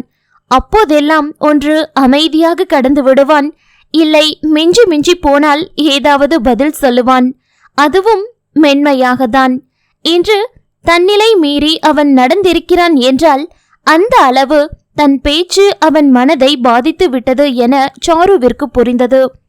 தானும் அத்தனை தூரம் பேசியிருக்க வேண்டாமோ என்றுதான் இப்போது சாரு நினைத்தாள். எனவோ அவள் ஒன்றும் தவறே செய்யாமல் சும்மா இருந்தவள் வாழ்க்கையை அவன் சிதைத்து விட்டது போல் அல்லவா பேசிவிட்டாள். அவன் செய்தது மன்னிக்க முடியாத பாவம்தான். ஆனால் அதற்கு விதையாக அவளே இருந்துவிட்டு அவனை மட்டும் தவறுக்கு இணையாக உயிரை கொடு என்றா கேட்க முடியும்? இப்போதைக்கு உறுத்துவது குழந்தை விஷயம். ஜெகனுக்கு தேவைப்படுவதெல்லாம் குழந்தையை பார்ப்பதுதான். தனது முரண்பாட்டை ஒதுக்கிவிட்டு பேசாமல் விட்டு விடலாம் என்று முடிவு செய்துவிட்டாள் சாரு. எப்படியும் மது வாழ்க்கையில் தந்தை என்னும் இடம் ஒன்று வெற்றிடமாக இருக்கும், இல்லை அங்கு ஜெகன் இருக்க வேண்டும். தன் பிடிவாதத்திற்காக இருவரையும் பிரிப்பதை விட அவன் எப்போதாவது பார்த்து கொள்வதற்கு தடை கூறாமல் இருந்தால் மதுவிற்கும் தந்தை என்ற உறவு கிடைக்கும். அவனும் நிம்மதியாக இருப்பான். அவன் பார்க்கும்போது அவள் ஒதுங்கிக் கொண்டால் ஆயிற்று. ஒரு தெளிவான முடிவெடுத்த பின் சற்று நிம்மதியாக கூட சாரு உணர்ந்தாள். மருத்துவர் சொன்ன 2 மணி நேரம் கடந்து மேலும் அரை மணி நேரம் சென்ற பின் ஜெகன் கண் விழித்து விட்டான் என அவளிடம் வந்து கூறினார் செவிலியர் பெண். அதில் மெதுவாக எழுந்து சாரு உள்ளே வர சற்று சாய்ந்தாற் போல அமர்ந்திருந்தான் ஜெகன். அவன் அருகில் வந்தவள் சிறு தயக்கத்தோடு வலி இருக்கா என்று கேட்க அவளை யோசனையோடு பார்த்தவன், இல்ல சாரு, நீ இங்க என்ன பண்ற, இன்னும் கிளம்பலையா என்றான். அப்படியே விட்டுட்டு போக முடியுமா, என்ன பேசுறீங்க? புருவ சொலிப்போடு சாரு கேட்க ஜெகன் முகத்தில் மேலும் குழப்பம் கூடி பின் ஒரு கசந்த முறுவலில் வந்து நின்றது. நீ பாவம் பாக்குற அளவு எனக்கு தகுதி இல்ல சாரு, நீ கிளம்பு. அநேகமா டிஸ்சார்ஜ் பண்ணிடுவாங்க, நான் போய்க்கிறேன். அண்ட் இத அபி வினைக்கிட்டலாம் சொல்லாத சாரு என ஜெகன் கூற, யார்கிட்டையும் சொல்லல என்றவள் தொடர்ந்து, டிஸ்சார்ஜ் செஞ்சதும் சேர்ந்தே கிளம்பலாம் என்று கூறிக்கொண்டே அங்கு அமர்ந்து விட்டாள். அவள் அமர்ந்து விட்டதில் யோசனையாக அவளை பார்த்தவன், சாரு சொன்னா புரிஞ்சுக்கோ, எப்ப டிஸ்சார்ஜ் பண்ணுவாங்கன்னு தெரியல. ஒரு நாளைக்கு மேல இருக்க வேண்டி இருந்தா நீ மதுவை பார்க்க வேண்டாமா என்று கேட்க, இருக்க சொன்னா பாத்துக்கலாம், சுருக்கமாகவே முடித்து கொண்டாள் சாரு. அதில் ஒரு பெருமூச்சோடு நிமிர்ந்தவன், சரி உன் இஷ்டம், போய் ஏதாவது சாப்பிட்டுட்டாது வா, எனக்கு ட்ரிப்ஸ் ஏறுது, அது முடிகிற வரை ஒன்னும் சாப்பிட முடியாது என்று கூற, இவன் ஏன் என்ன அனுப்புறதுலயே குறியாயிருக்கான் என்ற சந்தேகத்துடனே அவனை பார்த்தாள் சாரு. அவள் பார்வையின் அர்த்தத்தை உணர்ந்து சிரித்தவன், எந்த தப்பான முடிவும் எடுக்க மாட்டேன் சாரு, அந்த நொடி ஏனோ தாங்க முடியல. நீயே சொன்னது போல நான் அப்போ நிதானத்துல இல்லம்மா, என்ன செய்யறேனே புரியாம செஞ்சுட்டேன்.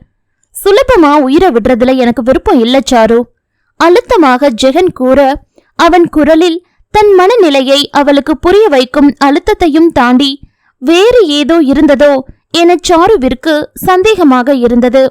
ஆனால் ஜெகன் அவளை அதிகம் சிந்திக்க விடவில்லை.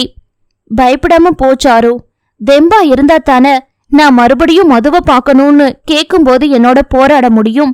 புன்னகை மாறாமல் ஜெகன் கேட்க, திருந்தவே மாட்டீங்க என முணுமுணுத்து கொண்டே எழுந்து விட்ட சாரு முகத்திலும் அவள் அறியாமல் ஒரு புன்னகை தோன்றி மறைந்தது. செல்லும் மனைவியை பார்த்து கொண்டிருந்த ஜெகனின் முகமோ அவள் அன்பை நினைத்து வலியோடு சுருங்கி போயிற்று. அவள் வாழ்க்கையை அளித்தவன் கூட இறந்துவிடக் கூடாது என்று பதறுகிறாள். இத்தனை மென்மையான மனம் இருக்கும் பெண்ணை ஏதோ அறியாத வயதில் செய்துவிட்ட தவறுக்காக என்னவெல்லாம் செய்துவிட்டான். அதற்கு ஈடாக அவன் உயிரை கொடுத்தால் கூட பத்தாதுதான். ஆனால் உயிரை வைத்துக்கொண்டு அவள் என்ன செய்வாள்? அவன் சுலபமாக உயிரை விட்டுவிட்டால் அவள் வாழ்க்கையை எப்படி சீரமைப்பது?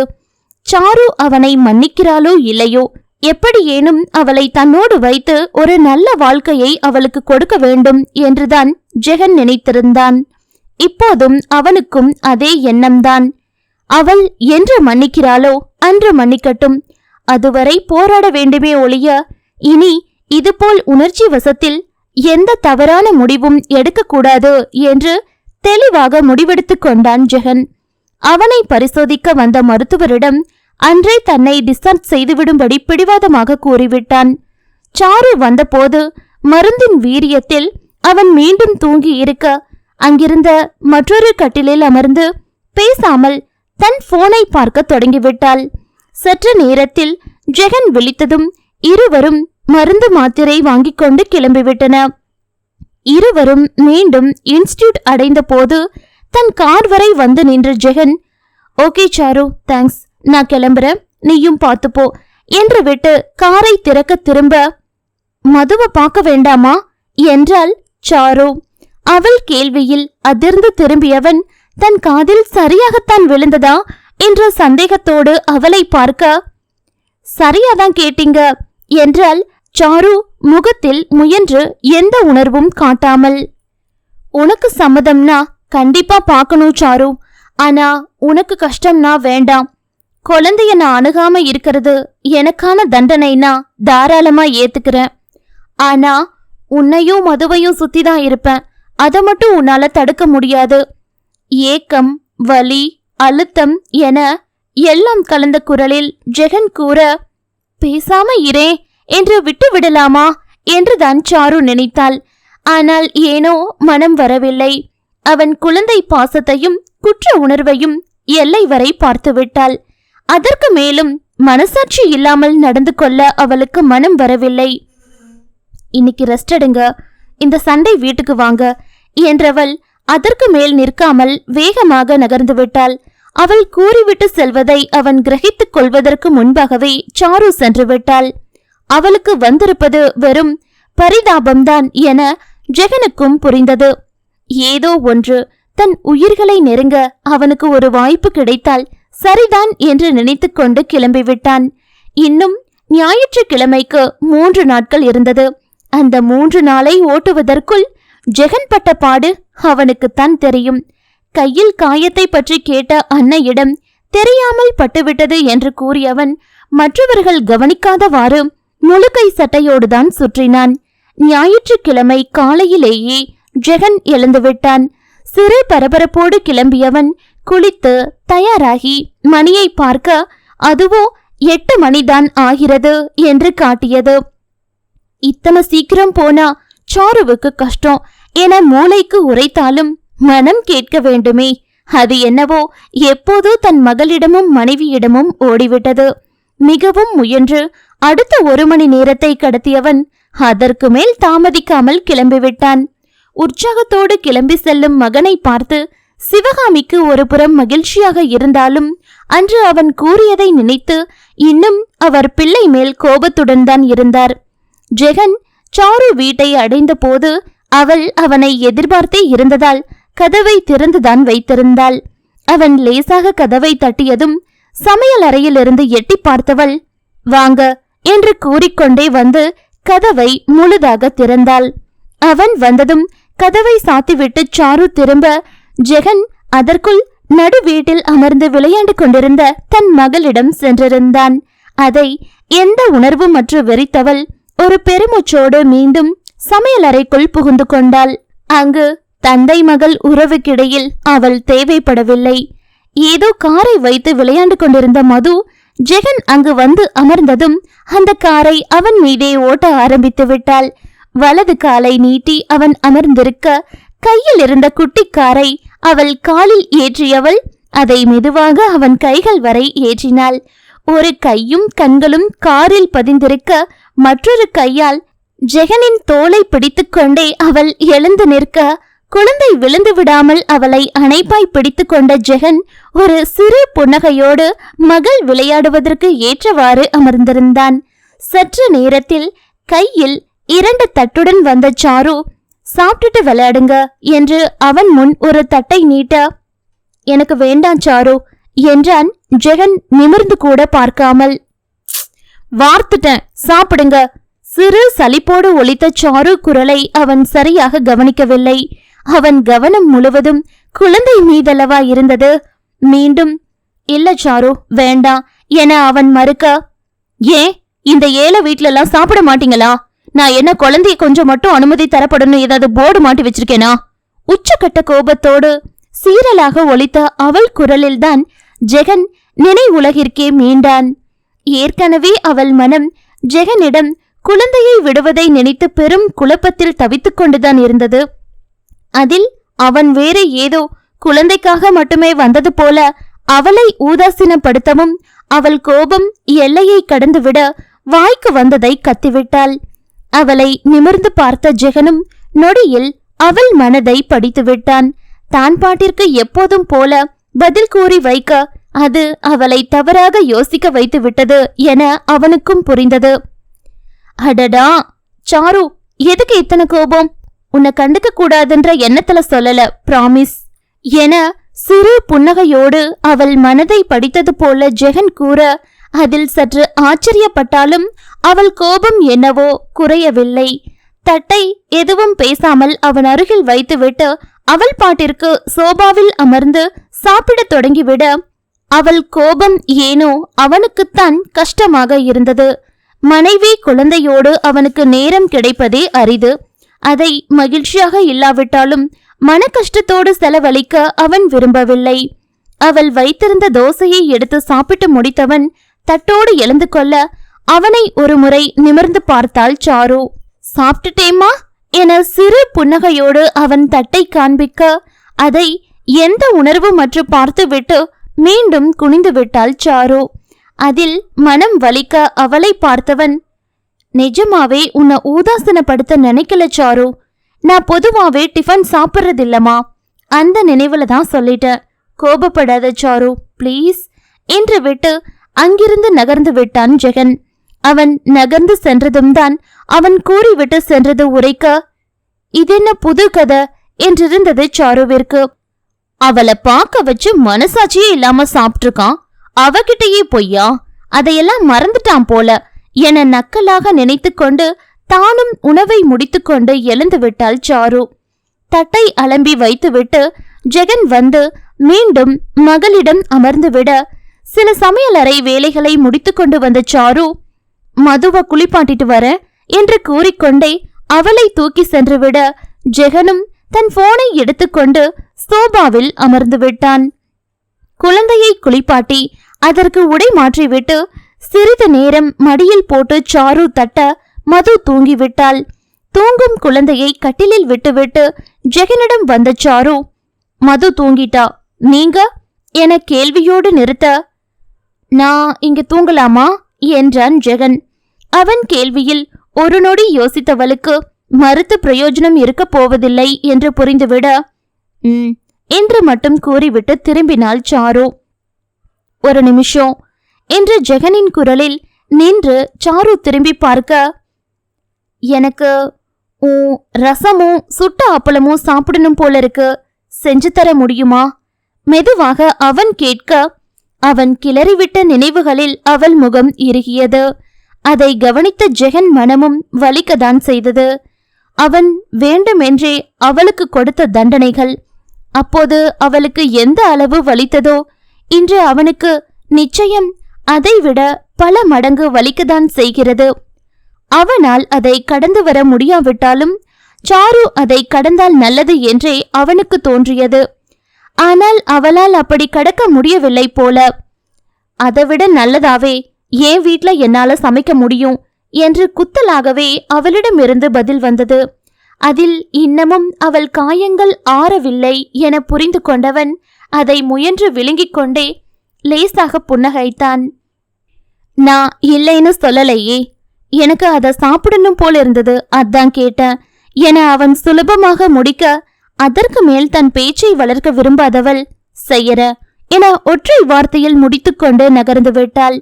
ஜெகனும் மது உறங்கிக் கொண்டிருந்த அறையில் சென்று படுத்து விட்டான். சமையலை சீக்கிரம் முடித்துவிட்ட சாருவிற்கு ஜெகன் அந்த அறையில் இருக்கிறான் என்ற எண்ணமே அவளை உள்ளே வரவிடாமல் தடுக்க பேசாமல் ஹால் சோபாவிலேயே படுத்துவிட்டாள்.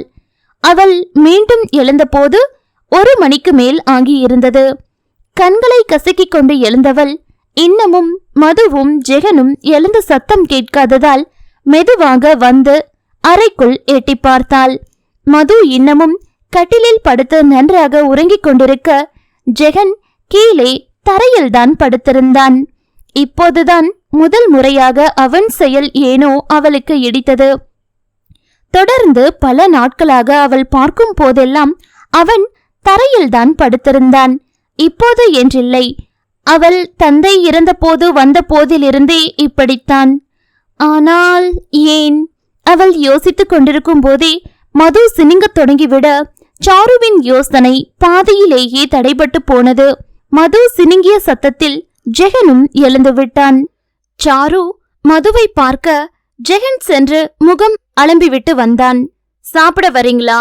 உங்களுக்கும் கொடுத்துட்டு பாப்பாக்கு போடுறேன், அவளுக்கும் பசி வந்துடும் என கூறிக்கொண்டே மதுவை தூக்கி கொண்டு சாரு கட்டிலில் இருந்து இறங்க, நீ குழந்தைக்கு போடு சாரு, எனக்கு நானே போட்டுக்கிறேன் என்றவன் அவள் பதிலை எதிர்பார்க்காமல் சமையல் அறைக்கு சென்று விட்டான். அவளும் ஒரு தோள் குலுக்களுடன் மதுவை தூக்கி கொண்டு வந்து ஹாலில் விட்டுவிட்டு நிமிர ஜெகன் கையில் தட்டுடன் வெளியே வந்தான். அவன் வந்ததும் சாரு உள்ளே சென்று குழந்தைக்கு நல்ல குழைவாக பருப்பு சாதம் பிசைந்து வேக வைத்த உருளைக்கிழங்கும் சேர்த்து எடுத்து வந்தாள். விளையாண்டு கொண்டிருந்த குழந்தை அருகில் அமர்ந்து சாரு ஊட்ட ஒரு 4 வாய் இருந்த இடத்திலிருந்து வாங்கி கொண்ட மது அதற்கு மேல் தவழ்ந்து நடந்து என சுற்ற ஆரம்பித்து விட்டாள். அவள் பின்னால் சுற்றும் போதுதான் தற்செயலாக சாரு ஜெகன் தட்டை கவனிக்க, அதை பார்த்ததும் ஒரு நொடி தன்னை அறியாமல் அதிர்ந்துதான் விட்டாள் சாரு. அவன் கேட்ட ரசம், சாதம், சுட்ட அப்பளம் தவிர அவள் செய்து வைத்திருந்த குழம்பு, உருளைக்கிழங்கு வறுவல் எதையும் அவன் தொட்டதாக தெரியவில்லை. அதிலும் உணவின் அளவு, இத சாப்பிட அவன் சும்மாவே இருக்கலாம் என்னும் அளவுதான் போட்டுக்கொண்டு வந்திருந்தான். ஒருவேளை மீண்டும் போட்டுக்கொள்வானோ என்று நினைத்து கொண்டவள் தன்னை அறியாமல் குழந்தைக்கு ஊட்டிக்கொண்டே அவனையும் கவனித்துக் கொண்டுதான் இருந்தாள். அவனோ தட்டில் இருந்ததை முடித்துவிட்டு எழுந்தவன் கையோடு தட்டையும் அலம்பி கவிழ்த்து விட்டுத்தான் வந்தான். அதை சாரு குழப்பத்தோடு பார்த்து கொண்டிருக்கும் போதே அவளிடம் வந்தவன், மதுவுக்கு நான் ஊற்றேன் சாரு, நீ போய் சாப்பிடு என்று கூற, அவன் பேசியதில் அவன் உண்டதை பற்றிய குழப்பத்தை மறந்துவிட்டவள், நானே போட்டுக்குவேன் என அழுத்தமாக கூற, அவள் பதிலில் முகம் சுருங்கிவிட்டாலும் அவன் ஒன்றும் கூறவில்லை. ஏதோ அவனால் முடிந்த உதவியாக மதுவை ஒரே இடத்தில் அமர வைத்து விளையாட்டு காட்டினான். அதற்கு மேல் உண்டு முடிக்கும் வரை மதுவை அவன் நகர விடவில்லை. குழந்தை உண்டு முடித்ததும் அவளை ஜெகனிடமே விட்டுவிட்டுத்தான் சாப்பிடத் தொடங்கும் போதுதான் மீண்டும் சாருவிற்கு அவன் உண்டதை பார்த்த குழப்பமே வந்தது. அதில் தனது உணவு தட்டுடன் ஹாலில் வந்து அமர்ந்தவள், நல்லா சாப்பிட்டீங்களா என அவனை ஓரக்கண்ணால் பார்த்து கொண்டே கேட்க, ரொம்ப நல்லா சாப்பிட்டேன் சாரு, ரொம்ப அருமையா இருந்தது என்றவன் குரலிலும் முகத்திலும் உண்மையான பரவசம் இருந்தது. அதை பார்த்து சாருவுக்கு குழப்பம் அதிகமானதுதான் மிச்சம். குழம்பு காய் எதுவும் சாப்பிட்டது போல தெரியலையே, குரலில் எதுவும் காண்பித்துக் கொள்ளாமல் சாரு கேட்க, இல்ல சாரு, அதுவே போதும் என முடித்தான் ஜெகன். மதுவிடம் விளையாண்டு கொண்டே அவன் சாதாரணமாக கூறும் பதில்கள் தனக்கு ஏன் இத்தனை உறுத்துகிறது என ஒன்றும் புரியாமல் குழம்பித்தான் போனாள் சாரு. மாலை 3 மணி வரை குழந்தையுடன் விளையாண்டவன் அவள் மீண்டும் தூக்கத்திற்கு கண்கள் சொருகவும் அவளை சாருவிடம் கொடுத்து விட்டான்.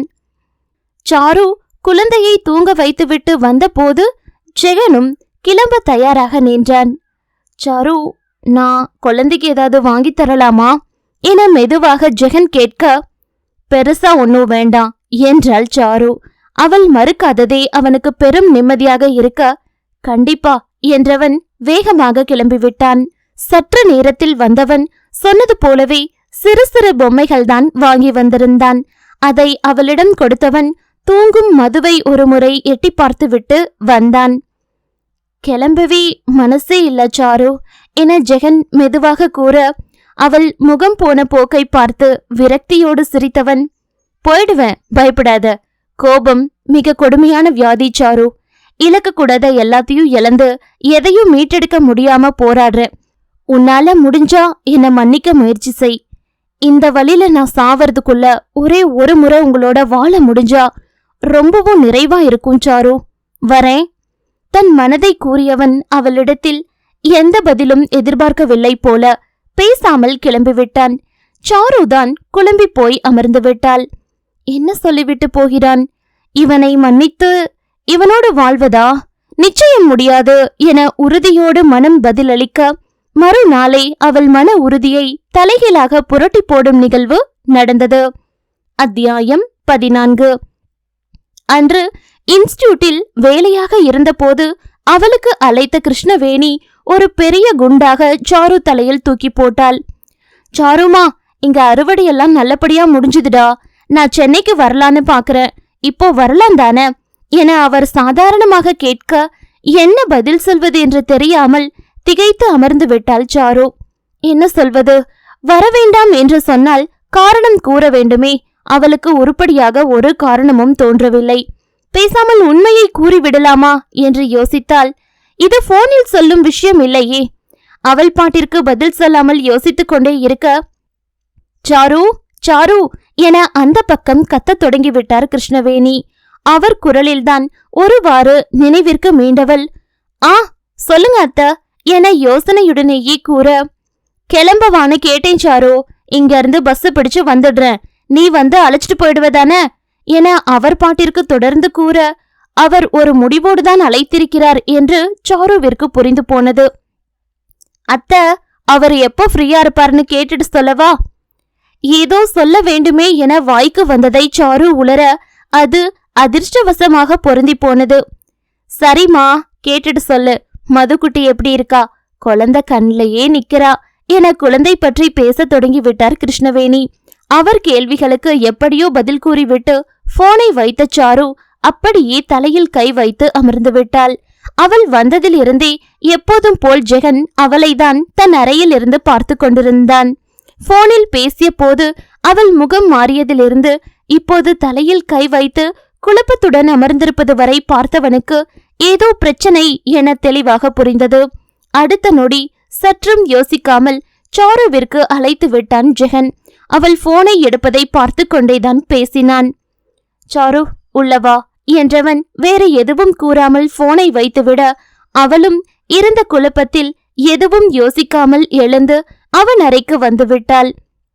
அறை வாசலில் நின்றவள் அப்போதைக்கு ஒரு பெரிய மூச்செடுத்து தன்னை நிலைப்படுத்தி கொண்டு உள்ளே வந்து அமர ஜெகனோ வந்ததும் வராததுமாக என்ன பிரச்சனை என்றான் நேரடியாக. அதில் அவளுக்குத்தான் மீண்டும் மூச்சடைத்து போனது. ஒன்னும் இல்லையே என சாரு தடுமாற, பொய் எதுக்கு சாரு? போன்ல யாரு? ஏன் இத்தனை பதட்டம்? என்ன பிரச்சனைமா? மென்மையாக ஜெகன் கேட்க தனது நிலையை எப்படி இத்தனை தெளிவாக கூறுகிறான் என ஆச்சரியத்தோடு அவனை பார்த்தாள் சாரு.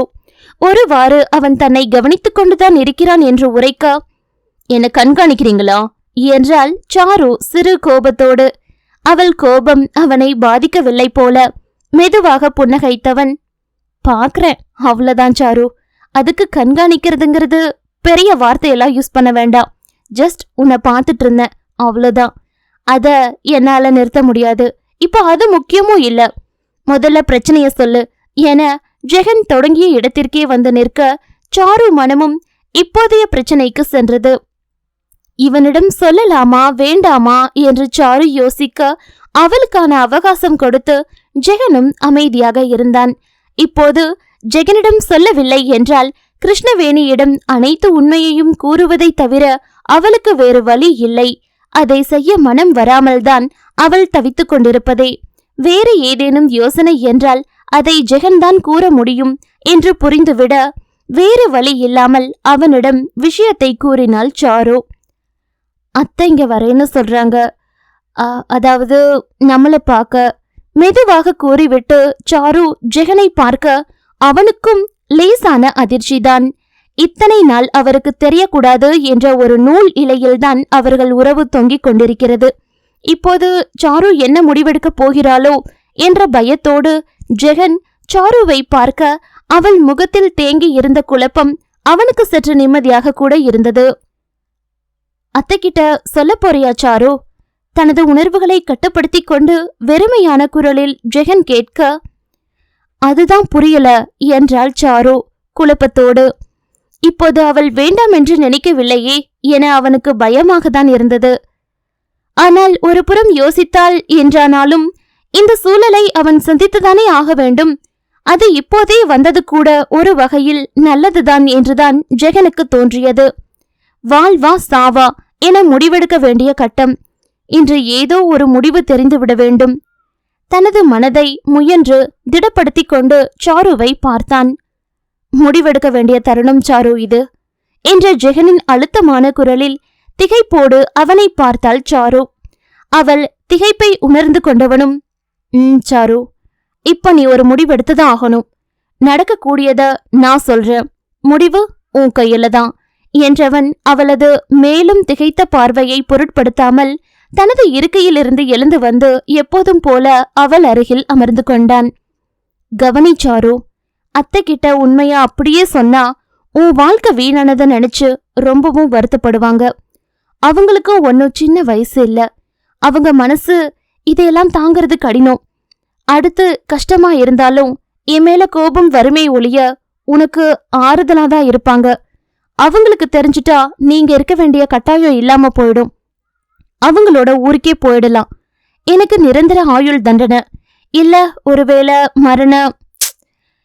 எனக்கு என்னவோ ஆனா உன்னை அழைச்சிட்டு போயிட்டாலும் நீ தனியாவே இருக்கிறத பார்த்து வெளியில சொல்லாத ஒரு கவலை அவங்கள காலம் முழுக்க அரிக்கதான் செய்யும். ஒருவேளை இடையில உனக்கு வேற வாழ்க்கை அமைஞ்சா அவங்களோட மனசு மாறலாம். அதுக்கு வாய்ப்பு இருக்கான்னு நீதான் யோசிக்கணும். கடைசி வரியை அவன் கூறி முடிக்கும் போதே சாருவின் முகம் அருவெறுப்போடு சுருங்கியது. வேற ஒருத்தனோட வாழ்க்கையா? அப்படி ஒன்றை அவளால் கற்பனை கூட செய்ய முடியவில்லை. அவளை பொறுத்தவரை திருமணம் என்பது ஜெகனுடன் முடிந்துவிட்டது. வாழ்க்கை அவன் பழி வெறிக்கு பலியாகி முடிந்துவிட்டது. அதற்கு மேல் அதை பற்றி அவள் சிந்திக்க கூட தயாராக இல்லை. இந்த நினைவே அவளுக்கு இத்தனை கஷ்டமாக இருக்கே. அவளுடன் வாழ வேண்டும் என்று நினைத்து கொண்டிருக்கும் அவன் இத்தனை சுலபமாக இதை கூறுகிறானே என்ற எண்ணம் தோன்ற அவனை நிமிர்ந்து பார்த்தாள் சாரு. இறுக மூடியிருந்த அவன் கைகளும் அழுத்தமான முகவாயும் இறுகி போய் கிடந்த அவன் முகமும் அவனும் உணர்வுகளை மறைத்து கொண்டுதான் பேசுகிறான் என்று சாருவிற்கு உணர்த்தியது. இடையில் அவன் தனக்கான தண்டனை என கூற வந்துவிட்டு நிறுத்தியது வேறு அவள் மனசை லேசாக பாதித்தது. அவன் கூறிய அனைத்தும் அவளுக்கும் தெரியுமே, அதை செய்ய வேண்டாம் என்ற குழப்பம்தானே அவளுக்கும். வேற என்ன வழி இருக்கு என்ற சாருவின் கேள்வியில் அவன் இறுக்கம் கொஞ்சம் குறைந்தது போலிருந்தது. இது உனக்கு பிடிக்குமா தெரியல, ஆனா இதுதான் நிரந்தர தீர்வு சாரு. நீ என்ன கணவனா ஏத்துக்கணும். பெயரளவுல மட்டும் போதும். அவள் முகம் சுருங்கியதில் அவசரமாக கூறினான் ஜெகன். இப்போது சாரு குழப்பத்தோடு அவனை பார்க்க, பொறுமையா கேளு சாரு, அவசரப்படாத. யாரு மனசும் நோகாம நம்ம வாழ்க்கையையும் ஒரு கோட்ல அமைக்க இதுதான் வழி. அத்தையாகட்டும் என் அம்மாவாகட்டும் 2 பேருக்குமே நடந்த எதையும் முழுசா கூறுனா தாங்க மாட்டாங்க. அதுக்காக முழுசா மறைக்கவும் முடியாது. நான் ஏற்கனவே என் அம்மா கிட்ட ஓரளவு சொல்லியிருக்கேன். அதாவது எனக்கு திருமணமாகி மனைவி குழந்தை இருக்காங்க, என்னோட தவறால பிரிஞ்சிருக்காங்கிறது மட்டும். இத சொன்னதுக்கே அம்மா என் மேல கோபத்தோடு தான் இருக்காங்க. பட் அது இருக்கும் தான், நான் பட்டுத்தான் ஆகணும். இப்போ அத்தைக்கிட்டையும் ஓரளவு சொல்லிதான் ஆகணும். ஆனா நடந்ததை சொல்லும்போது பிரச்சனை முடிஞ்சு நம்ம சந்தோஷமா இருக்கோன்னு சேர்த்து சொன்னா அவங்களுக்கு வருத்தம் இருக்காது இல்லையா? ஜெகன் கேள்வியில் நிஜமாகவே சாருவிற்கு அவன் சொல்ல வருவது புரியவில்லை. தெளிவா சொல்லுங்க என்று சாரு கூற ஒரு ஆழ்ந்த மூச்செடுத்து கொண்டு மெதுவாக அவள் கைகளை பிடித்தான் ஜெகன். அதை அவள் உருவிக்கொள்ள முயற்சிக்க, ப்ளீஸ் என்ற அவன் கரகரப்பான குரலில் அவள் செயல் தானாக நின்றது. இது எனக்கான கடைசி வாய்ப்பு. ஒரே ஒரு முறை என்ன நம்பு. அன்னைக்கு ஏதோ கோபத்துல தாலிய கலட்டிட்டேன். ஆனா உன்னோட மனசார கணவனாதான் நான் வாழ்ந்தேம்மா. இத மீண்டும் உன் கழுத்துல அணிவித்த அன்னைக்கு இந்த தாலிதான் நம்மள சேர்க்கணும்னு மனதார வேண்டிக்கிட்டு தான் அணிவிச்சேன். என்ன கணவனா ஏத்துக்கிட்டு என்னோட வா. வெளி உலகுக்கும் நம்ம வீட்டு பெரியவங்களுக்கு மட்டும் நீ ஏத்துக்கிட்டா கூட போதும்மா. தனிமையில உன் அனுமதி இல்லாம சத்தியமா உன் பக்கத்துல வரமாட்டேன். ஒரு ஓரமா உன் கணவன் மதுவின் தந்தைன்ற பேர்ல வாழ்ந்தா போதும் சாரு. ப்ளீஸ் மறுக்காதம்மா. நான் செஞ்ச எந்த தப்பையும் மறுக்கல சாரு. ஒரே ஒரு வாய்ப்பு கொடு ப்ளீஸ். பேசி முடிக்கும் போதே அவன் அறியாமல் அவன் கண்கள் கலங்கி குரல் தடுமாறி விட்டது. அவன் இத்தனை பேசியும் பதில் கூற முடியாமல் சாரு மௌனமாகவே இருக்க அவள் மனவலி அவனுக்கு புரிந்தது. அவளை கலங்கியிருந்த கண்களோடு பார்த்தவன் தான் அமர்ந்திருந்த சேரில் இருந்து அப்படியே சரிந்து அவள் முன் மண்டியிட்டான். அந்த சத்தத்தில் சாரு நிமிர்ந்து அவனை பார்க்க அவள் கண்களை பார்த்து கொண்டே கை கூப்பியவன், பாவ மன்னிப்பு கேட்கிறேன் சாரு, இந்த பாவிய மன்னிக்க மாட்டியா என கலங்கிவிட்ட குரலில் கேட்க அவன் செயலில் திகைத்து எழுந்து விட்டாள் சாரு. அவள் எழுந்ததும் முகத்தை அழுந்த ஒரு முறை துடைத்துக் கொண்டு ஜெகனும் எழுந்து விட்டான். சாருவிற்கு யோசிக்க அவகாசம் தேவைப்படும் என்று அவனுக்கு புரிந்தது. இதற்கு மேல் அவன் சொல்வதற்கும் ஒன்றுமில்லையே. யோசி, நீ எந்த முடிவெடுத்தாலும் நான் எந்த வகையிலையும் தடுக்க மாட்டேன். யோசிச்சு சொல்லு. நான் காத்திருக்கிறேன் சாரு. அதற்கு மேல் எதுவும் பேசாமல் ஜெகன் சென்று ஜன்னல் அருகில் நின்றுவிட சாருவும் அமைதியாக அந்த அறையை விட்டு வெளியே வந்து விட்டாள். அவளுக்கு நிறைய யோசிக்க வேண்டியிருந்தது. அதற்கு மேல் அங்கு இருந்தால் எதுவும் யோசிக்க முடியாது என்று தோன்றிவிட லீவ் சொல்லிவிட்டு கிளம்பிவிட்டாள் சாரு. குழந்தையை கூட பார்க்க போகாமல் நேராக வீட்டிற்குத்தான் வந்தாள். தன் அறையில் அமர்ந்தவளுக்கு பெரும் குழப்பமாக இருந்தது. ஜெகன் மனைவியாக வாழ்வதா? அதைத்தான் அவன் கேட்கிறான். ஆனால் மனம் முழுவதும் அவன் மேல் வெறுப்பை மட்டுமே சுமந்து கொண்டு அவளால் முடியுமா? அவளால் தனியாக வாழ்ந்துவிட முடியும்தான். அவனே கூறியது போல கிருஷ்ணவேணி வருத்தப்பட்டாலும் அவளுக்கு ஆறுதலாக இருப்பார்தான். ஆனால் அதற்கு பின் யோசித்து பார்த்தால் யார் வாழ்வுமே நிம்மதியாக இருக்கும் என்று சாருவிற்கு தோன்றவில்லை. அவளை பொறுத்தவரை ஒன்றும் இல்லை. ஆனால் மது, அவள் தந்தை என்னும் உறவே இல்லாமல் வளர வேண்டும். அவள் தகப்பன் தவறுணர்ந்து நிற்கும்போது அவள் கோபத்திற்கு குழந்தை எதிர்காலத்தை அவள் பணயம் வைத்தது போல் ஆகிவிடும். அடுத்து கிருஷ்ணவேணி, ஜெகன் அன்னை, இருவரும் பாவம்தான். வயதான கடைசி காலத்தை பெரும் சுமையுடன் கடக்க வேண்டும். கடைசியாக ஜெகன். அவன் நினைவு வந்தவுடனேயே அவனை முதலாக பார்த்ததிலிருந்து அனைத்தும் சாரு கண்முன் ஒரு முறை வலம் வந்தது. யாரென்றே தெரியாமல் அவன் விளையாட்டாக ஆரம்பித்த மோதலை அவள்தான் வினையாக்கினாள். அன்று அவள் பார்த்த இரத்தத்தில் குளித்த அவன் முகமும், தொடர்ந்து அவளை பயமுறுத்திய உயிரை கொல்லும் புன்னகையும், அடுத்து அவனுடனான திருமணம் உண்மை என்று நம்பி அவள் ஏமாந்தது, ஒரு பக்கம் அவளை பழிவாங்குகிறேன் என அவள் உயிரையே குடித்தவன் முழுதாக அவள் உணர்வுகளை குழி தோண்டி புதைத்து அவளை வாழ்க்கை எல்லையை நோக்கி தள்ளிவிட்டு அதற்கு பின்பு திருந்தி தொலைத்தான். அவன் திருந்திய நாளிலிருந்து நடப்பதை நினைத்தவளுக்கு அவனது மற்றொரு முகம் புரிந்தது. இயல்பாக அவனுக்குள் இருந்த ஜெகன் எனும் நல்லவன். குற்ற உணர்வில் அவள் கூறும் அனைத்திற்கும் ஒரு இறுக்கமான முகத்துடன் தலையாட்டும் அவன் முகம். மதுவை தொடக்கூடாது என அவள் கூறிய போது முகம் எல்லாம் உயிர் கொள்ளும் வலியோடு அதை ஏற்றுக்கொண்டான். சில நாட்கள் முன்பு அவள் பேசிய வார்த்தையின் தீவிரம் தாங்காமல் உயிரை மாய்த்து கொள்ள துணிந்த அவன் வலி, அனைத்தையும் நினைத்து கொண்டே வந்தவள் மனம் கடைசியாக அவன் தன்முன் மண்டியிட்டதில் வந்து நின்றது.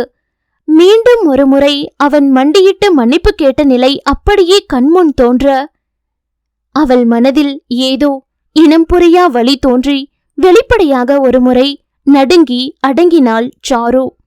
அவன் செயலில் என்ன இருந்தது? கடைசி வாய்ப்பு எனும் பரிதவிப்பு, எப்படியேனும் அவள் ஏற்றுக்கொள்ள வேண்டும் என்ற ஏக்கம், பெரும் வலி, குற்ற உணர்வு. யோசித்தால் அனைத்துமே எதிர்மறை உணர்வுகள். அதை சுமந்து கொண்டு மீண்டும் மீண்டும் தெளிவாக அவன் எழுந்து நின்றதே பெரிது என்றுதான் சாருவிற்கு தோன்றியது. இருப்பது இரண்டு வழி. ஒன்று, அவள் கோபத்திற்கு முக்கியத்துவம் கொடுப்பது. இல்லை, அவள் கொஞ்சம் பொறுத்து போனால் பல பேருக்கு நிம்மதி கிடைக்கும். என்றுமே ஜெகனை விரும்ப முடியும் என்று அவளுக்கு தோன்றவில்லைதான். ஆனால் மதுவிற்கு தகப்பனாக இருக்க ஆசைப்படுபவனுக்கு அந்த வாய்ப்பை கொடுத்து விடலாமே என்றுதான் சாரு நினைத்தாள்.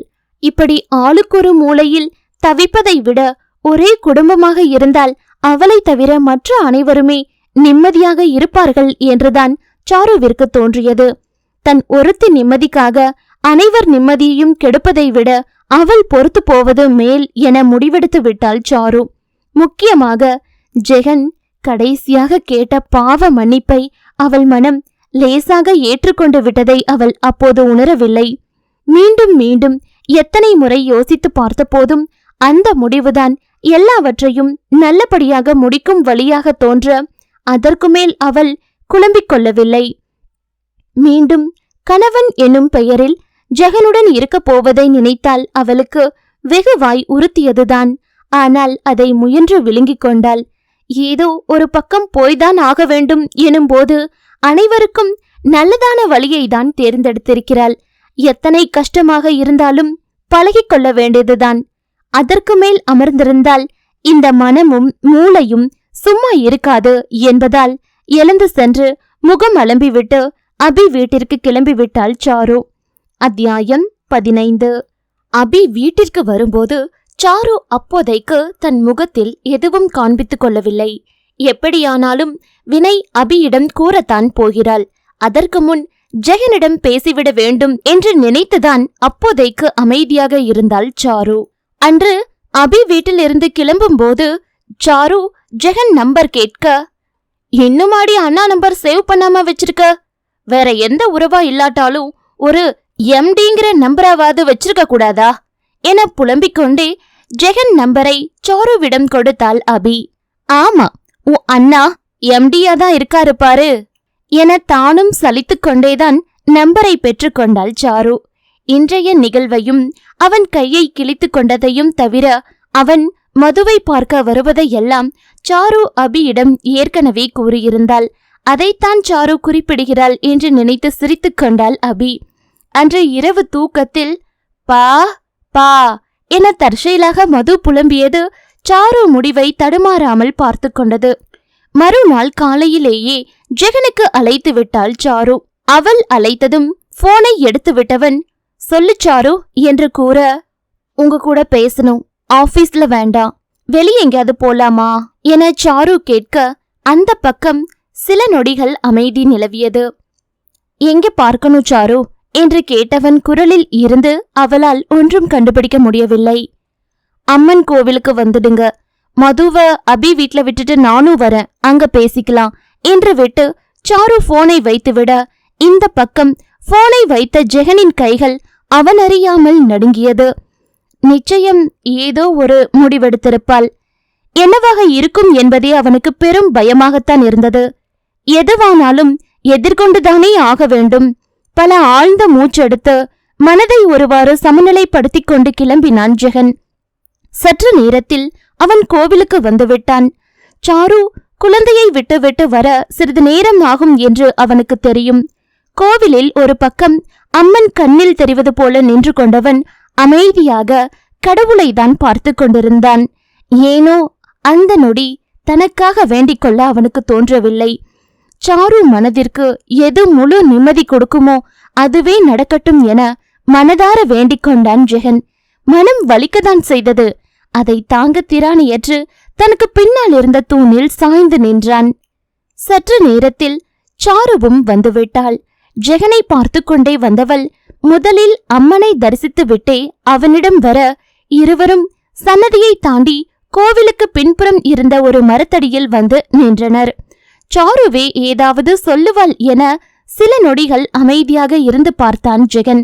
ஆனால் அவள் பேசும் வழி தெரியாமல் திணறுவது புரிய, எதனாலும் சொல்லிடு சாரு என அவனை தொடங்கி வைத்தான்.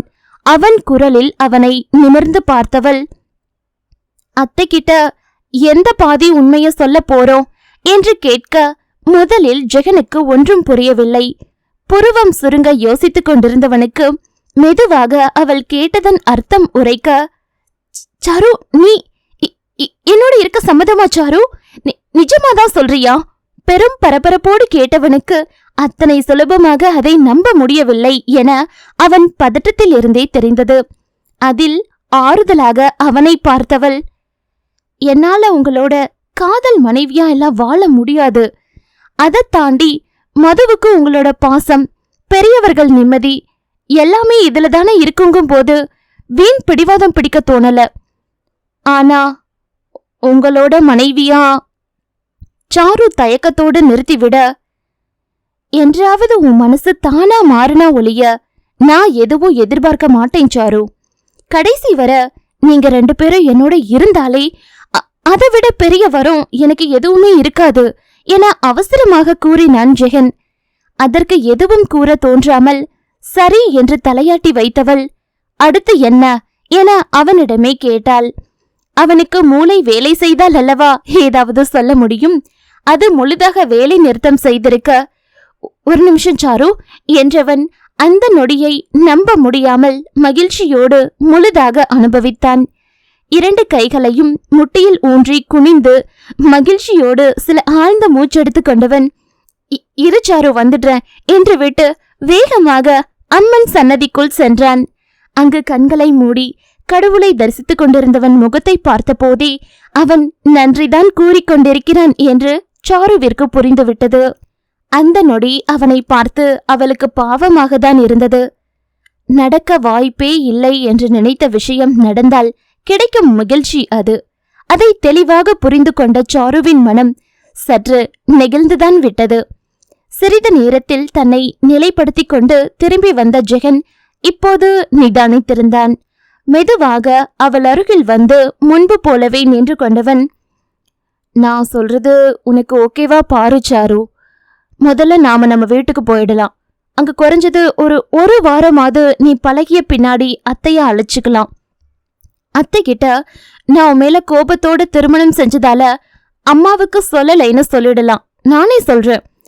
இங்க நீ கொஞ்சம் பொருந்தியதும் நாமே போய் அவங்க கிட்ட சொல்லி அவங்கள அழைச்சிட்டு வரலாம் சாரு. உனக்கு சம்மதமா? ஜெகன் கூறியதில் சாருவிற்கு மறுக்க ஒன்றும் தோன்றவில்லை. மீண்டும் சரி என்று மட்டும் சாரு கூற அவள் உடனடியாக மனம் விட்டு பேச முடியாது என ஜெகனுக்கும் புரிந்ததால் அவன் அதிகம் குடையவில்லை. இன்னைக்கு என்னோட வந்துடுறியா சாரு? ஆழமான குரலில் ஆர்வத்தோடு ஜெகன், இன்னைக்கு எப்படி முடியும்? வீட்டை காலி செய்யணும். ஓனர் வெளியூர்ல இருக்காருன்னு வினய் அண்ணா சொன்னாரு. ஓனர் கிட்ட சொல்ல வேண்டாமா? அவங்க ஏதாவது கண்டிஷன் போட்டா? யோசனையோடு சாரு கூறிக்கொண்டே போக, அந்த ஓனருக்கு உன்னை எதிர்த்து பேசுற தைரியம் எல்லாம் இல்ல சாரு என்றான் ஜெகன் ஒரு மாதிரி குரலில். அதில் அவள் புரியாமல் அவனை பார்க்க, இதற்கு மேல் அவளிடம் எதையும் மறைக்க கூடாது என முடிவு செய்து கொண்ட ஜெகன், அந்த வீட்டை நான் தான் வாங்கினேன் சாரு. நான் தான் சொன்னேனே, நீங்க என்னை ஏத்துக்காட்டாலும் நான் எப்போதும் உங்களை சுத்தி தான் இருப்பேன்னு.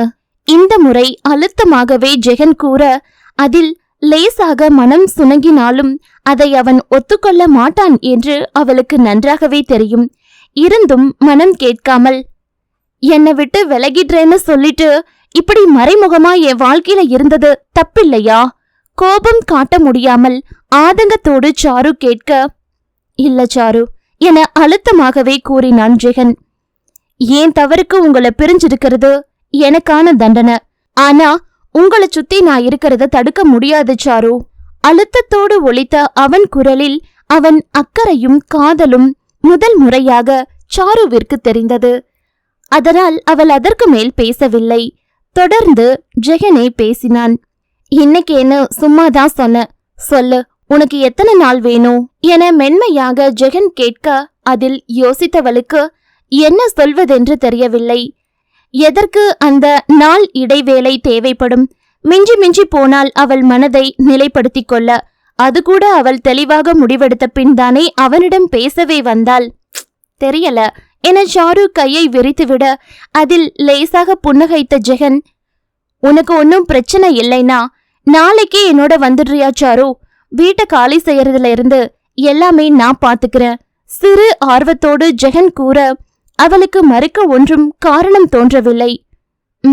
ஓகே என முடித்து விட்டாள் சாரு. அடுத்த சிறிது நேரம் அங்கே அமைதிதான் நிலவியது. சாரு எதுவும் பேச தோன்றாமல் நின்றுவிட ஜெகன் அந்த நிமிட மகிழ்ச்சியை ஆழ்ந்து அனுபவித்துக் கொண்டான். அபிகிட்ட சொல்லிட்டியா சாரு என திடீரென அவன் கேட்க, இல்ல, உங்ககிட்ட பேசிக்கிட்டு சொல்லிடலான்ட்டு இருந்தேன் என்றாள் சாரு. அங்க போவோமா? நானும் வரவா? 2 பேரும் சேர்ந்தே போவோம். நமக்கு நிறைய வகையில உதவுனது அவங்கதான், முக்கியமா எனக்கு. அதுக்கான நன்றிய சேர்ந்தே சொன்னாதான் மரியாதையா இருக்கும். ஜெகனின் கூற்றில் சம்மதமாக தலை மட்டும் அசைத்துவிட்டு அவனோடு நடந்தாள் சாரு. அவளால் பெரிதாக ஒன்றும் பேச முடியவில்லை. என்ன பேசுவது என்றும் தெரியவில்லை.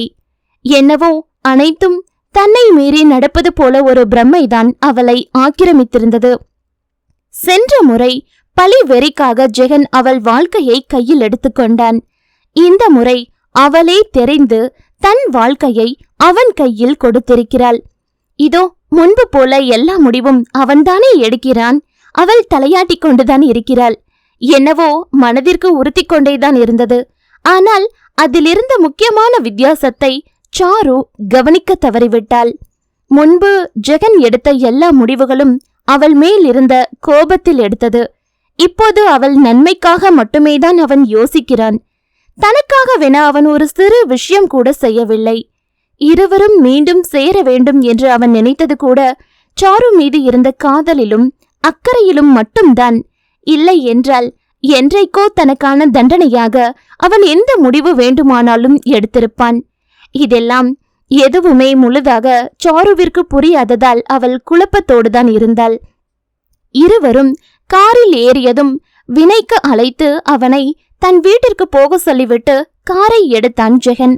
இவர்கள் அங்கு செல்வதற்குள் வினை வீட்டிற்கு போய்விட்டான். திடீரென வந்து நின்ற கணவனை ஆச்சரியத்தோடு பார்த்த அபி, என்ன வினை, இந்த நேரத்துல வந்திருக்கீங்க என்று கேட்க, ஜெகன் தான் வர சொன்னா அபி.